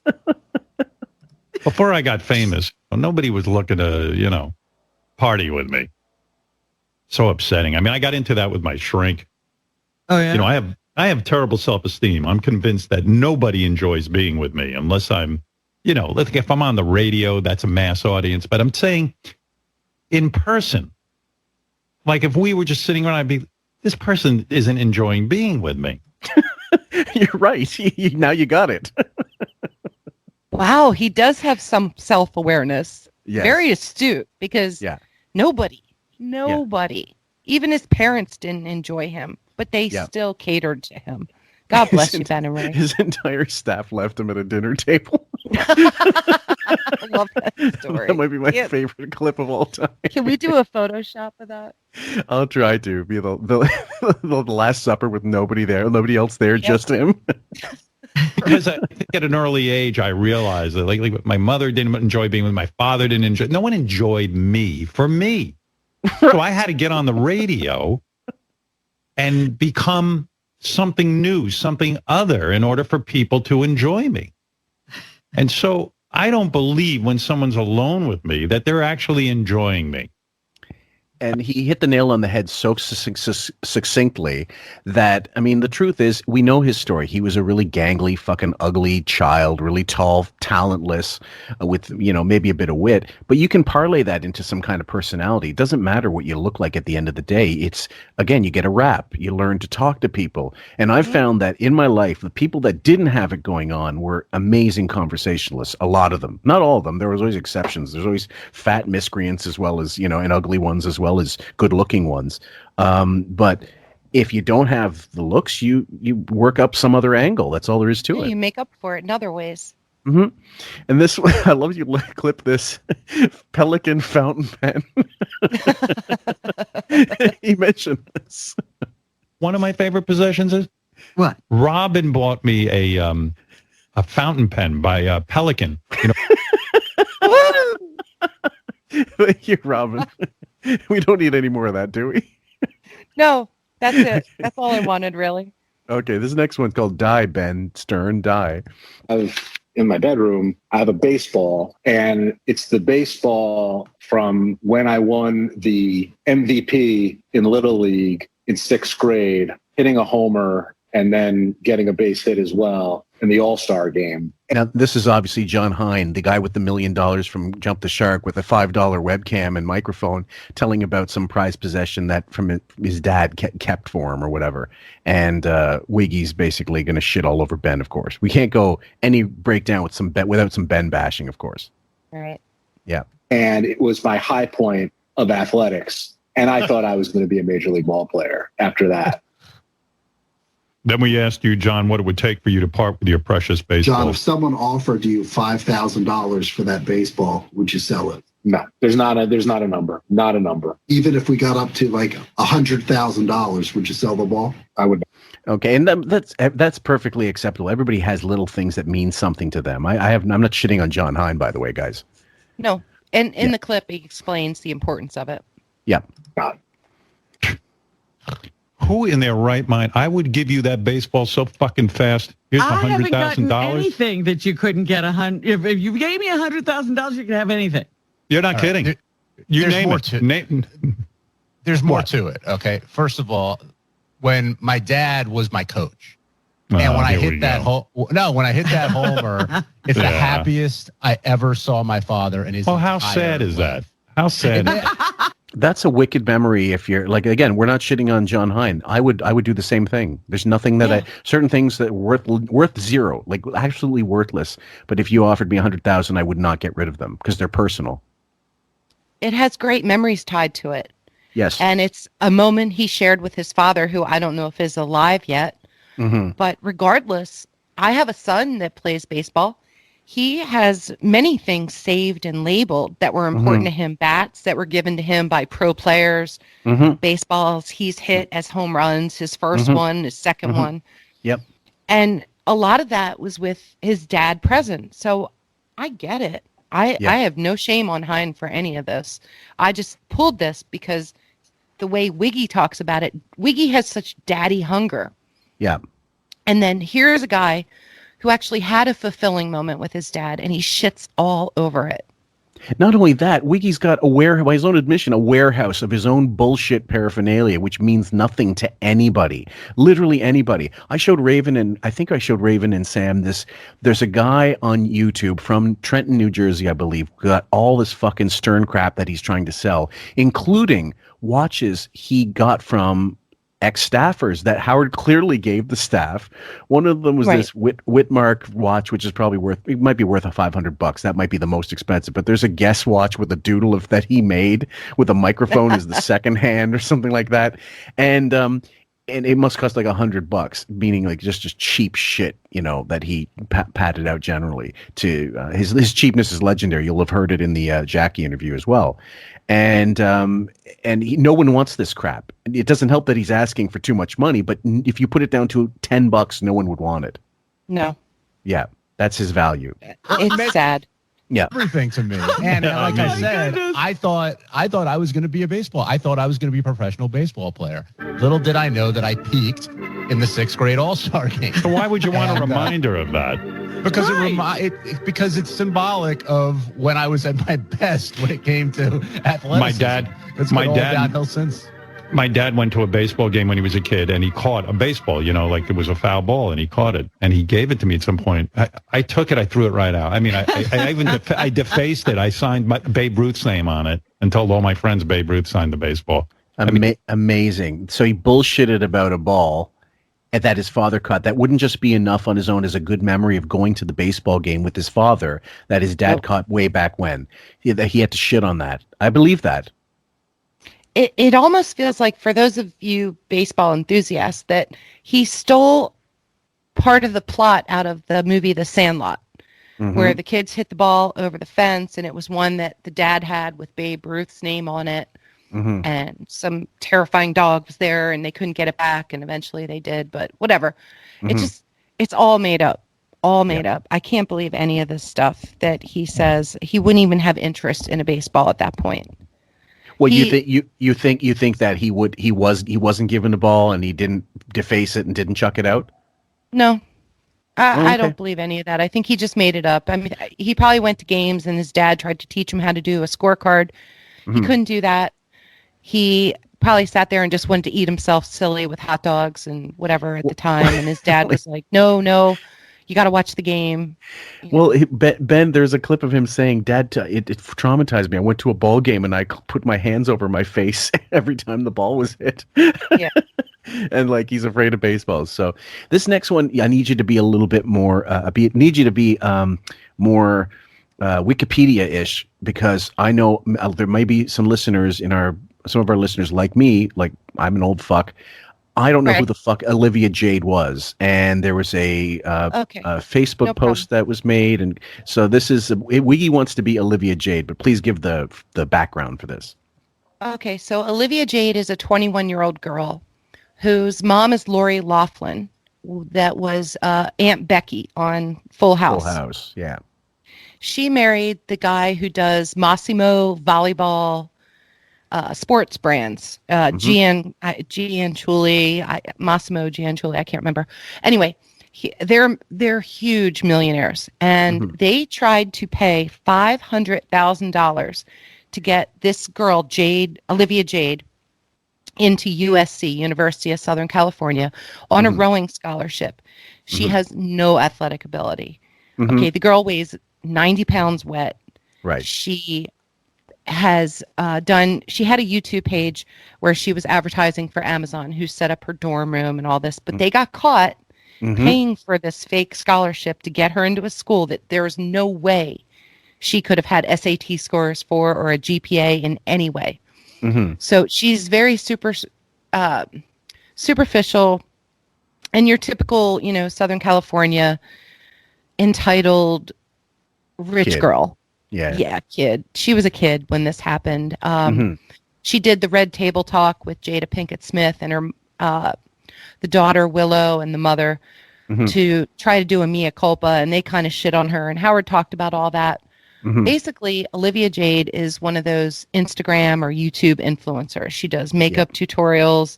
Yeah. She does vlogs, daily video vlogs about her life. And she's got nothing to say. She's a complete bimbo, a complete airhead. Yeah. She tries, but like it's so see-through. And Wiggy follows her. He had talked about her a year ago before everything happened. And then when shit happened, he talked about her again. And now he's talking about her a third time. Yep. Basically saying she's doing YouTube. It was her very first YouTube video back. And he was all over that shit. She's also on TikTok. And anybody who has TikTok, I have it because I have a preteen daughter. So I have to keep up on what she's watching. And I looked up Olivia Jade and I posted some videos and pictures from that. And it's just empty bullshit. And lip syncing when you know like 2 words to a song. It's just smiling and playing with your hair and being just like, oh, look at me. I'm so cute. Right. Oh, yeah. I'm adorable. Love me. But that's Olivia Jade. She comes from Lori Loughlin and a sports clothing designer. And she wants to be famous so bad. But my God, the comments on TikTok are fantastic. They're bad. Can we get a vlog on rowing rowing vlogs? Can we see your dorm room again? Because she did a video on her dorm room where everything was Amazon this and Amazon that. Right. So she is just a pretentious little shit who needs to stop. Just stop if you're listening or someone plays this for you. Right. And we always say that Wiggy wants to be her because she's super skinny. She's pretty. She looks like a mini Lori Loughlin. And she has so much going for her and given to her, but she really loses me with the way she is. So, in how she doesn't know anything. Right. So, I guess let's just jump into the clip. I can fill in more later. Yeah, there was a clip someone posted. I can't remember the poster. She's a newish poster, but she talked basically her claim was that he just wants to appeal to younger audiences. But I think if you look at the video, it's her looking like she just got out of Auschwitz, and this German Shepherd like jumping up at her. It looks like it ties into everything he loves about scat and fetish porn, like this dog wants to fuck her or whatever. I mean, I'm not looking at it like myself. I'm looking at it like this girl needs to eat and she's an attention whore on bouncing on her bed, doing something you might do if you were 12 or 13, making videos in your own home, that kind of thing. And people are eating it up. Okay, fine. But I think it's incredibly retarded. There in bed, in her pajamas, these silk pajamas. And I'm like, wow, I wish I had nice, but like, those look really comfy. They're super You don't baggy. buy nice pajamas for yourself? I sleep in my Tommy John underpants, and it's gross. I look like a lizard. Fucking Kevin Hart plug. It's disgusting. Like, she looks so cute in her pajamas. Like, all of her things are well coordinated, and everything looks like fun, what she's doing. What fucking man would talk like this about this? Who enjoys like fucking women? I'm sorry. That's the basis. Like if you're straight,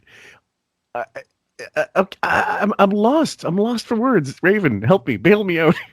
Okay, so just imagine this: you're a 67-year-old man wearing fake teeth, fake hair. You've had plastic surgery. You've done everything. Everything's fake. And all of a sudden, this young girl comes along, and you think back to like your childhood and how it compares to hers. And then you realize like, this is what I've always wanted. And that's where the Arrested Development comes in. This is when he gets locked in that moment in life where it's like, oh, fuck, I'm ugly. I have no gifts, no talents. I have nothing. And then he looks at this girl who has everything handed to her. Her life looks perfect. I mean, this is his fantasy. Yeah. This is sick. This guy who, for what Lord knows what reason, he wants to be in this life. He wants to luxuriate. That's his word. Yeah. He used it with Ralph too. Yes. Luxuriate in the pajamas and make coffee and eggs and a bagel and and walk the dog and edit a vlog, and he can't do any of that. No. Okay, let's just get real here, but this man is disturbed. Yes, pathologically he wants to be this girl. I mean female as well. I'm not talking just, I want her life. He wants to be her. This isn't attracting any young audience. No. What young audience is going to listen to this old man pontificate about a 21-year-old girl? That's right. Nobody. They have no time for these long stories. This They're isn't on 30-second clips on TikTok. That's where they're at. This isn't Lolita. Fuck. I mean, she's not underage. She's not underage now, so it's not creepy in the sense of he's going after, 15 will get you 20 kind of thing. But it's creepy because of the age gap. And number one, there's not a person in his core audience who, if they really were any core audience, I'm sure, is long gone. But if they were still there, this would not be what they wanted to fucking hear. So. And I'm like, wow, I should luxuriate in bed in silk pajamas and write little thoughts in my journal. Yeah. Yeah. You do, but you just do it on Sirius as fucking nickel, and you just wax bullshit your fruity poetry on the air.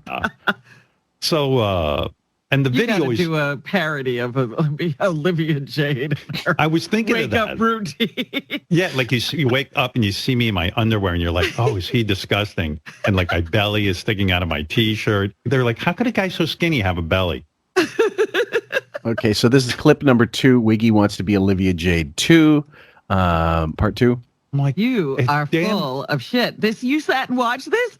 Watched it. I loved it. I sit there and I go, I can't tell you why. I mean, maybe because she's a cute girl. I think there's something wrong with you. I know. This is the life you wanted to have. Like, she's the girl, and you should have been in the group with that girl. I don't know. And all of you would have been having these wonderful times. You're reliving your childhood. Stop.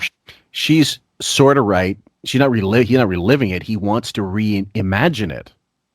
Reinvent himself as that. Yeah. Yeah, absolutely. Shaming me for watching Olivia Jade and Ivy. I have to for this. Shame on you. It's much more fun to call Robin off the air. That's what. Okay, so this next clip is called "Oh the Humanity," aka "Fuck You," TikTok and Cameo. Oh yeah, you go through the entire day. She goes, "I'm going to show you my day in quarantine." But this is my point. You know, for me to get famous, I had to put on a fart man outfit. I had to get on the radio and do all kinds of fucking weird shit, and I convinced station managers to let me do stuff, and it was exhausting becoming famous. Now these kids are becoming famous just because they show you what pajamas they wear in bed. Somebody sent me a video of someone. I think it's two guys. Now, he is correct in the sense that he did bust his ass to get his name out there. Whether he, deserved it or not is a whole other matter. But in those early days, you remember how much shit there was being thrown, like in the late 80s, early 2000s, or early 1990s? He was trying to get out every way he could, to make it happen. There was a hustle. Agreed. He busted his ass then in the 90s. Even in the 80s, the 90s, and part of the 2000s. Yes. But it stopped. Stopped. He ran out of gas. So for him now to, talk, like, he had already made it. So it was like once he got a certain level of success, it was like, okay, I'm just going to sit back and just dial it in.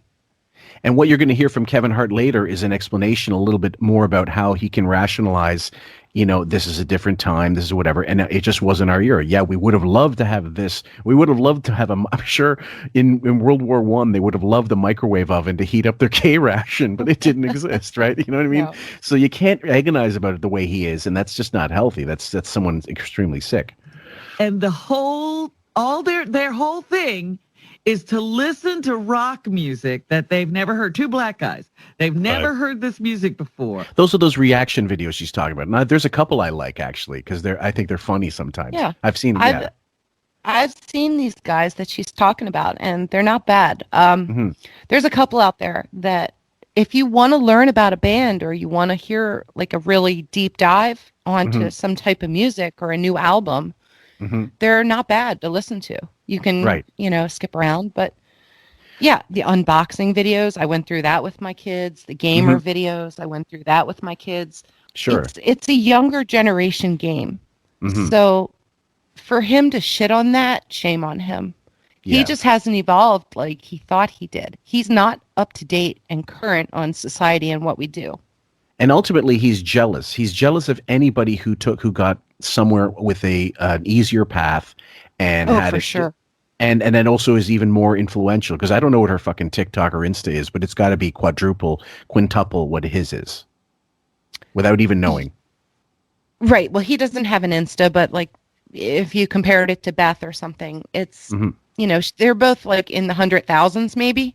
Okay. I don't know about. I don't keep track of followers because I know half of them are bought. Yes. As bots. Oh yes. You can't go by how many followers someone has because they can pay for those. Particularly.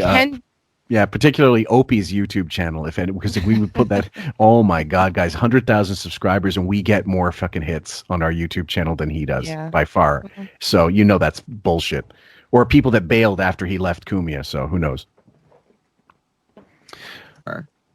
And you watch them listen to it for the first time. Yeah. I've seen those guys. I'm not that into those guys. I'm into Olivia. I'm just saying they have a lot of fans. There's some guys, I'm told, that just sit there and play video games all day. These fucking guys, and they're famous. So I'm like, yeah. So Kevin Hart's bit followings. Kevin Hart's like, everyone's famous now. It's not even good. He goes, they took fame away. They took it away, and it's true. They didn't take fame away. Fame went a different path. It's no longer gotta wait for the next film. This guy's doing one a year. The only time I see them is on the big screen, or if they show the Oscars, and that was it.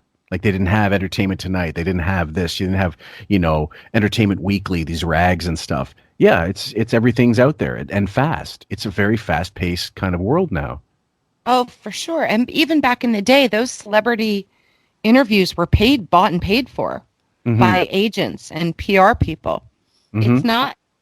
It's just a different world. And there's, a girl who has a song called Driver's License. And she wasn't famous, but then boom, that one song went on TikTok just on a whim, and she's got millions of people. So just like that. It comes and goes. Some of those people Yes. just fade off into the sunset. You never hear from again. But it's kind of like Chumbawamba back in the day. Oh yes. You know, the one-hit wonders that we had. Raven, what? They Don't you come and have go. don't you have the box set of Rebecca Black? I mean, come on. So let's go with Wig doubles down on Ellen. This is, I believe, going into the Kevin Hart interview, if I'm not mistaken. Yes. Ellen, I feel, is a very underrated comic. When I see her, when I see her on Netflix and she does a comedy special, she's really got it. And I don't think people think of her as a great stand-up comic, but she is. She deserves a place on your wall. She is. Well, how many years? We already did the rescinding Ellen, guys. If you want to hear his real thoughts on her, so don't buy any of this bullshit. Yes, I mean, and she did a special after being gone for 20 years or something like that. Crazy. She didn't step on stage for a long time.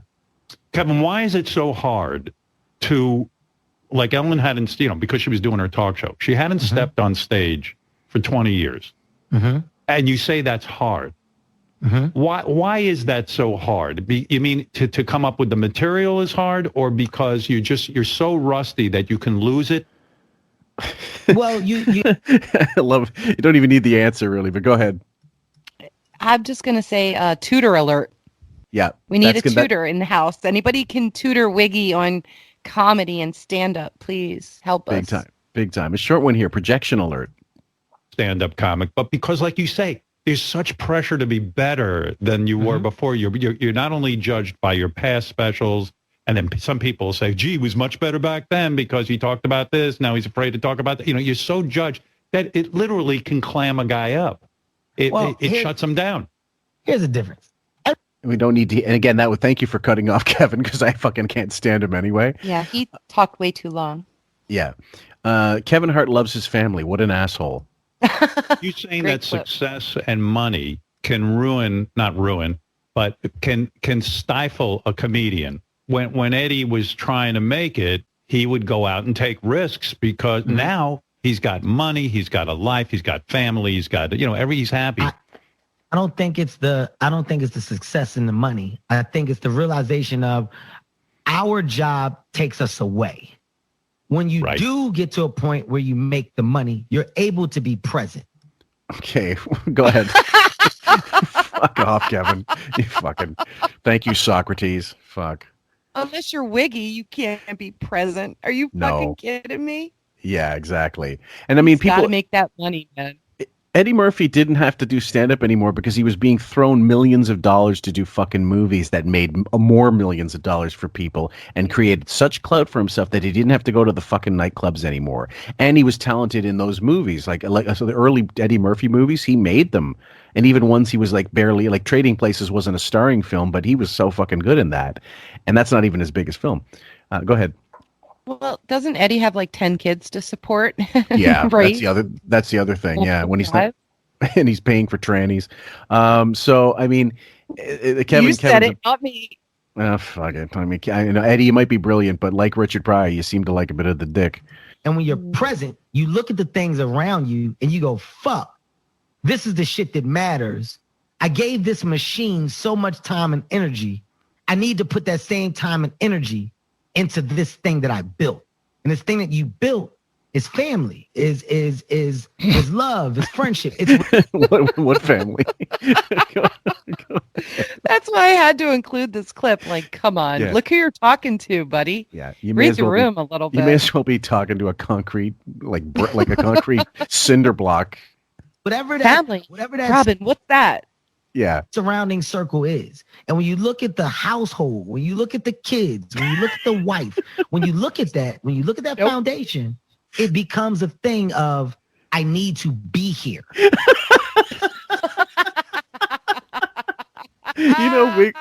Wig's just looking at gay porn while off on his camera on his phone while he's doing this, because he's just tuned out. You've just told him about family. He'd left his family, barely sees his kids, and now because of Zoom, it's we got to get those checks coming in. He's making a doodle of a lasagna on the side while Kevin's talking. Yeah. I worked hard to do this, but I now need to be here. I need to make that time lopsided. Because for a long time, I was heavy on this side and I wasn't as heavy on this side. Right now, I'm going to flip-flop because I got the opportunity to make the money, to have success. Let me not be a dick with it. Let me now make sure I do what I'm supposed to do and flip-flop. And when you flip-flop and you're thank you, Kevin. We love this. Around and you see the effect of you being around. You see the magnitude of growth and happiness from the ones that feed off of your energy when you are there. Well, then that's a talent. That becomes the new love and a new craft and a new joy. So it's easy for the outside world. Thanks, Kevin. Oh, God. Thanks for nothing. Oh, God. Human tutor wanted at 17 Squabble Lane. Part of being famous, like when I'm trying to imagine that you are now friends with Eddie Murphy. I mean, close friends. Mm-hmm. As a kid growing up, I'm sure you idolized him. But now when you're in a position... Kevin did the one thing Joe Piscopo couldn't do. This is getting Howard one step closer to Eddie. Position that you've earned your chops and you've become very famous for being funny in your own right. Is that... I find I get very uncomfortable hanging out with people that I idolize. Mm-hmm. I have a hard time with it. Is it hard for you to be your natural self, to be authentic around a guy like Eddie? When do you start getting comfortable with these so a little bit guys that you idolized growing up, and now you're suddenly friends with them? How do you get to be yourself? How can anybody who doesn't know us just not laugh at this? There's nothing to be said. It's all said in the questions and the answers. Yeah, absolutely. Kevin Hart explains wigs' irrelevancy. This is where it ties in with the Olivia Jade, I believe. YouTubers. You see it in our world today. You see a guy playing video games and he's got a couple of million followers and, some asshole playing a video game. It's not the same as what you had to do, go to a comedy club and get up on stage and follow a Bernie Mac or a Chris Rock or somebody. And now he wants basically consensus from Kevin Hart that it sucks that these people are famous, it's projection again. It always is, every one of these interviews. But he wants someone to agree with him. Yes, Howard, it sucks that you're no longer the most fucking relevant thing on the block, and that you don't matter anymore, and your effort, whatever you call it, doesn't matter. And earn those chops. It's a different time, but what I've learned to do, I don't discredit. I don't shit on. I humbly respect anybody's hustle, anybody's drive. That's a perfect answer. Go ahead. It is. I was going to say, Wiggy wanted confirmation of what he was saying about people making money off of their millions of quick followers on YouTube for gaming, unboxing, whatever, listening, Cameo. Music reactions. Mm-hmm. And he doesn't get the answer he wants from Chris. He gets an evolved, current, relative answer.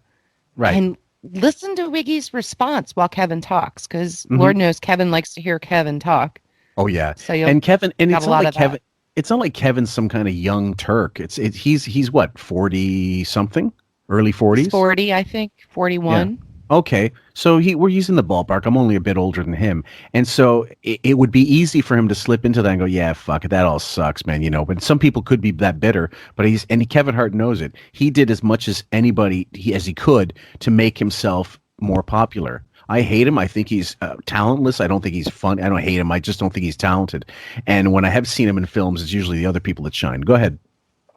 Well, just for example, he did a stand-up show nearby in Philly, and he sold out at the Link at Lincoln Financial Field for I want to say 50,000 people. Yeah. To watch him do stand-up in an outside stadium. That's pretty incredible. Yeah, that's Eddie Murphy level right there. That is, and I can't even believe. And by the way, those people are kind of stupid because there's no comedy that's good in a stadium. There's no. It should be a theater. A theater is acceptable. An arena, not really. And a club is ideal if you can. Go ahead. Just fun fact: Kevin's from Philadelphia. Oh wow! So he's got a big home base here. Yep. Cool. That makes perfect sense. Anybody that figures out a way to create revenue, because that's what life is about. In my opinion, life is a game. It's a fucking game, and either you're going to win at it or you're going to lose at it. And the way to win at it is to figure it out. You got to fucking figure it out. You got to figure out how to take care of yourself. You got to figure out how to provide for yourself. That's the game. So when people learn how to figure that thing out and they find ways to make money, God damn it, kudos to you. My opinion of the separation or the understanding, well, that's mine. Okay, and here we go for the last bit. And what I've learned is that we get upset for people. We get upset at people for having an opinion today. Like we've lost the true value and understanding of my opinion versus your opinion. For example, Howard, you like coffee, I like tea. Okay. And the follow-up You is like the response, I believe. Men, I like women. What? Oh, sorry. I was in my mind there talking out loud. Exactly. But just real quick, do you hear Kevin like basically say, my opinion is mine and yours is yours, and that's the way it should be? Yeah. Like, don't be telling me don't be preaching to me about your opinion. Right. But that's exactly what we get every fucking day from Wiggy. And it goes nowhere. Yep. Wiggy doesn't really respond or agree. He just goes, yeah. Right. Mm-hmm. Yeah. Next. And that's all we. Right. So the next one is called Bullshit Alert. I hate you for not liking coffee. We lost the visual sight and understanding of opinions are just that. It's how I feel or it's how you feel. Neither are right, neither are wrong. It's one or the other. And that's fine. That's fine. When people get back to having that logic, when they get back to having that understanding, then they're fine. A lady told me, Well, you're not going to hear what the lady told him because we're going to clip that one. But thank you. Did you see Wiggy? Wiggy knew he wasn't getting anywhere with that, so he had to kind of go, yeah, right, okay, move on. The next one is called "Children Need to Fuck Off." Decide to put in your comedy. Hey, I'm not fucking my wife as good as I used to. She's complaining this and that. Do you have to go to your wife or people in your life at certain times, especially even when you talk about your kids? And, I tip my hat to that material, too, because I thought Bernie Mac was particularly good at talking about his kids. He would call his kids assholes. And I always thought that was an innovation like I never saw. No, it was funny comedy, but you wanted to sell that to your own children. He could relate because he thought his own kids were assholes. Totally. And then when I watch your special, you'll go down that path. You'll say, my kids are stupid. And, this is something dumb they're doing. Do you have to, as a comedian, go to your wife, go to your kids, or do you say, hey, listen, this is what I do for a living. They got to fucking learn to live with it. Well, we know that's what he basically told Allison. And how many clips do we have of him saying, who do you think's paying the bills? And that's how he put it. Not, hey, Great did you point. mind this? Whatever, when the kids got older. Do you think for a minute he ever sat Emily or Deborah or even Ashley, now that she's of age, and asked them, what do you think about my job? What do you think? Are you upset with me do you think he ever had that? Because he knows the answer would be fucking yes. Well, there's no way he ever asked them one little question about what he does and if they're okay with that. Sure. Not once, ever. Mm-hmm. It's all about him, Ed. I mean, Fillmore. Yep. It's all about him. So, no, he don't Fillmore give a Bradley. shit about what they think. No, of course not. Rest and in Kevin, peace, Ed. right, and this is Kevin's answer about kids. The internet lives forever, right? And these things that I say, I know are going to live forever. I need to make sure that you are in the right mind to deal or understand that. And I talk to my kids. I communicate with my kids. I don't like when I say my Wiggy's hair just stood up on end, his wig. Insert shoulder shrug. Yeah. Kids are my best friends. I truly do mean my kids are my best friends. And nothing that we don't say in a house or play with can ever be said. This is our way that we talk to each other. This is how their father is with them. So when I do these things on, you may as well be talking fucking Swahili to him, Kevin. I don't know what you think you're saying to this fucking child hater. Okay. The last two, only two more, guys. Collateral Damage is this one. You now have written the greatest joke ever. Mm-hmm. This is going to kill. You can't wait to get out to the club. The kids come to you and say, Dad, you can't do it. It offends us. You're talking. You dropped the joke. It hurts, but I got to drop it. Oh man, it hurts. It hurts, but I got to drop it. Wow, it hurts. It honestly hurts, but I would have to drop it. I think that right now, it's more about showing them that they. Yeah, go ahead. Just the clip title on this is perfect. We call it Collateral Damage. Mm-hmm. And I think that's Wiggy's name for his kids. Yes. Collateral Damage. That's the only thing that stood out here for me, but it was important. Right. That they matter. And like you said, Howard, you know, we come from a time where it didn't matter. Everybody was collateral damage. In the beginning, it didn't matter. It didn't matter. I would let shit fly. I don't care. It's me. It's my life. It's coming from my point of view. I'm not. There's no ill intent behind it. There's no malice behind it. You know, this is me being myself. Yeah, you being yourself. What a novel concept, Kevin. I don't think totally we could say enough. So the last one and the very last clip, guys, and thank you for sticking through this. This is, believe it or not, a 4.5 hour slog divided into two, but we're so seamless and suave about that shit. We're going to make it all seem like two different sessions. And it's called Bullshit About Censorship. It's a real short clip. The same place with you now. I will delete things that I want to do on the radio because I do want to protect the people I love. It's hard to meaning himself. That's yes, you got it. I love myself, so I will delete stuff. Yeah, and anyway, that, guys, I believe that wraps it all up. We're so happy you've heard these two parts. There's no need for an intro for. We usually record. Or we'll make an intro for when we divide stuff like this, but no need. This is just going to be part 1 and part 2 of this, part 2 and part 3 rather, of Fruit. I'll give them other names, but they'll just be a continuation. So forgive me for not being more professional about that. Anybody you want to throw a shout out to? Definitely Matthew Schultz. He's been working with me on some Photoshop ideas, and his enthusiasm is just amazing, and his talent is infinite. Wow, what a gold mine. My morning thread mockers, love you guys. Every single one of you. Even if you stop in just to say, sorry, I can't do anything else today. I have work. I get it. But thanks for checking in. And anybody who reads it, always a plus. Glad to know it. And you and Sam and Dennis DeMarco and Bob and Carrie, it's a party here. I said it in a thread. It's always a party. I don't care who I'm listening to on our family team of recording podcasters. You all have such special talents. And like you said it best, we are all tools in a tool belt. So whatever is needed, we are there for you. And thanks for setting this up for us. And I mean that sincerely. Thank you so much. Well, thank you, my dear. You did so much legwork in this episode. This really should be Raven Presents, because she got this great bit of I guess technology and was able to clip from her app directly. So from the Sirius app, if I'm not mistaken. And and as opposed to me just going through torrents and hoping somebody recorded it properly and what have you. Anyway, I would like to thank everybody you mentioned, including Wayne, when we start getting back to doing Radio Karate again. That'll happen, as well as Derek, who's amazing on Twitter.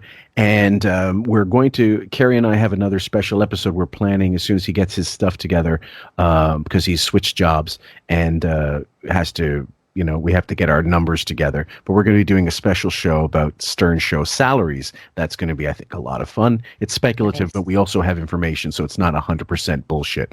And we hope you've enjoyed everything so far, guys. And we love you. So stay safe, stay warm, take care, brush your hair. Bye. Oh, just real quick, I was also calling because I just wanted to say my tour on the 17th of June. Thanks, Eric. All right, buddy. Eric, what? I couldn't hear you. What did you say? I said the tour that I'm Take care, man. Don't ever call back.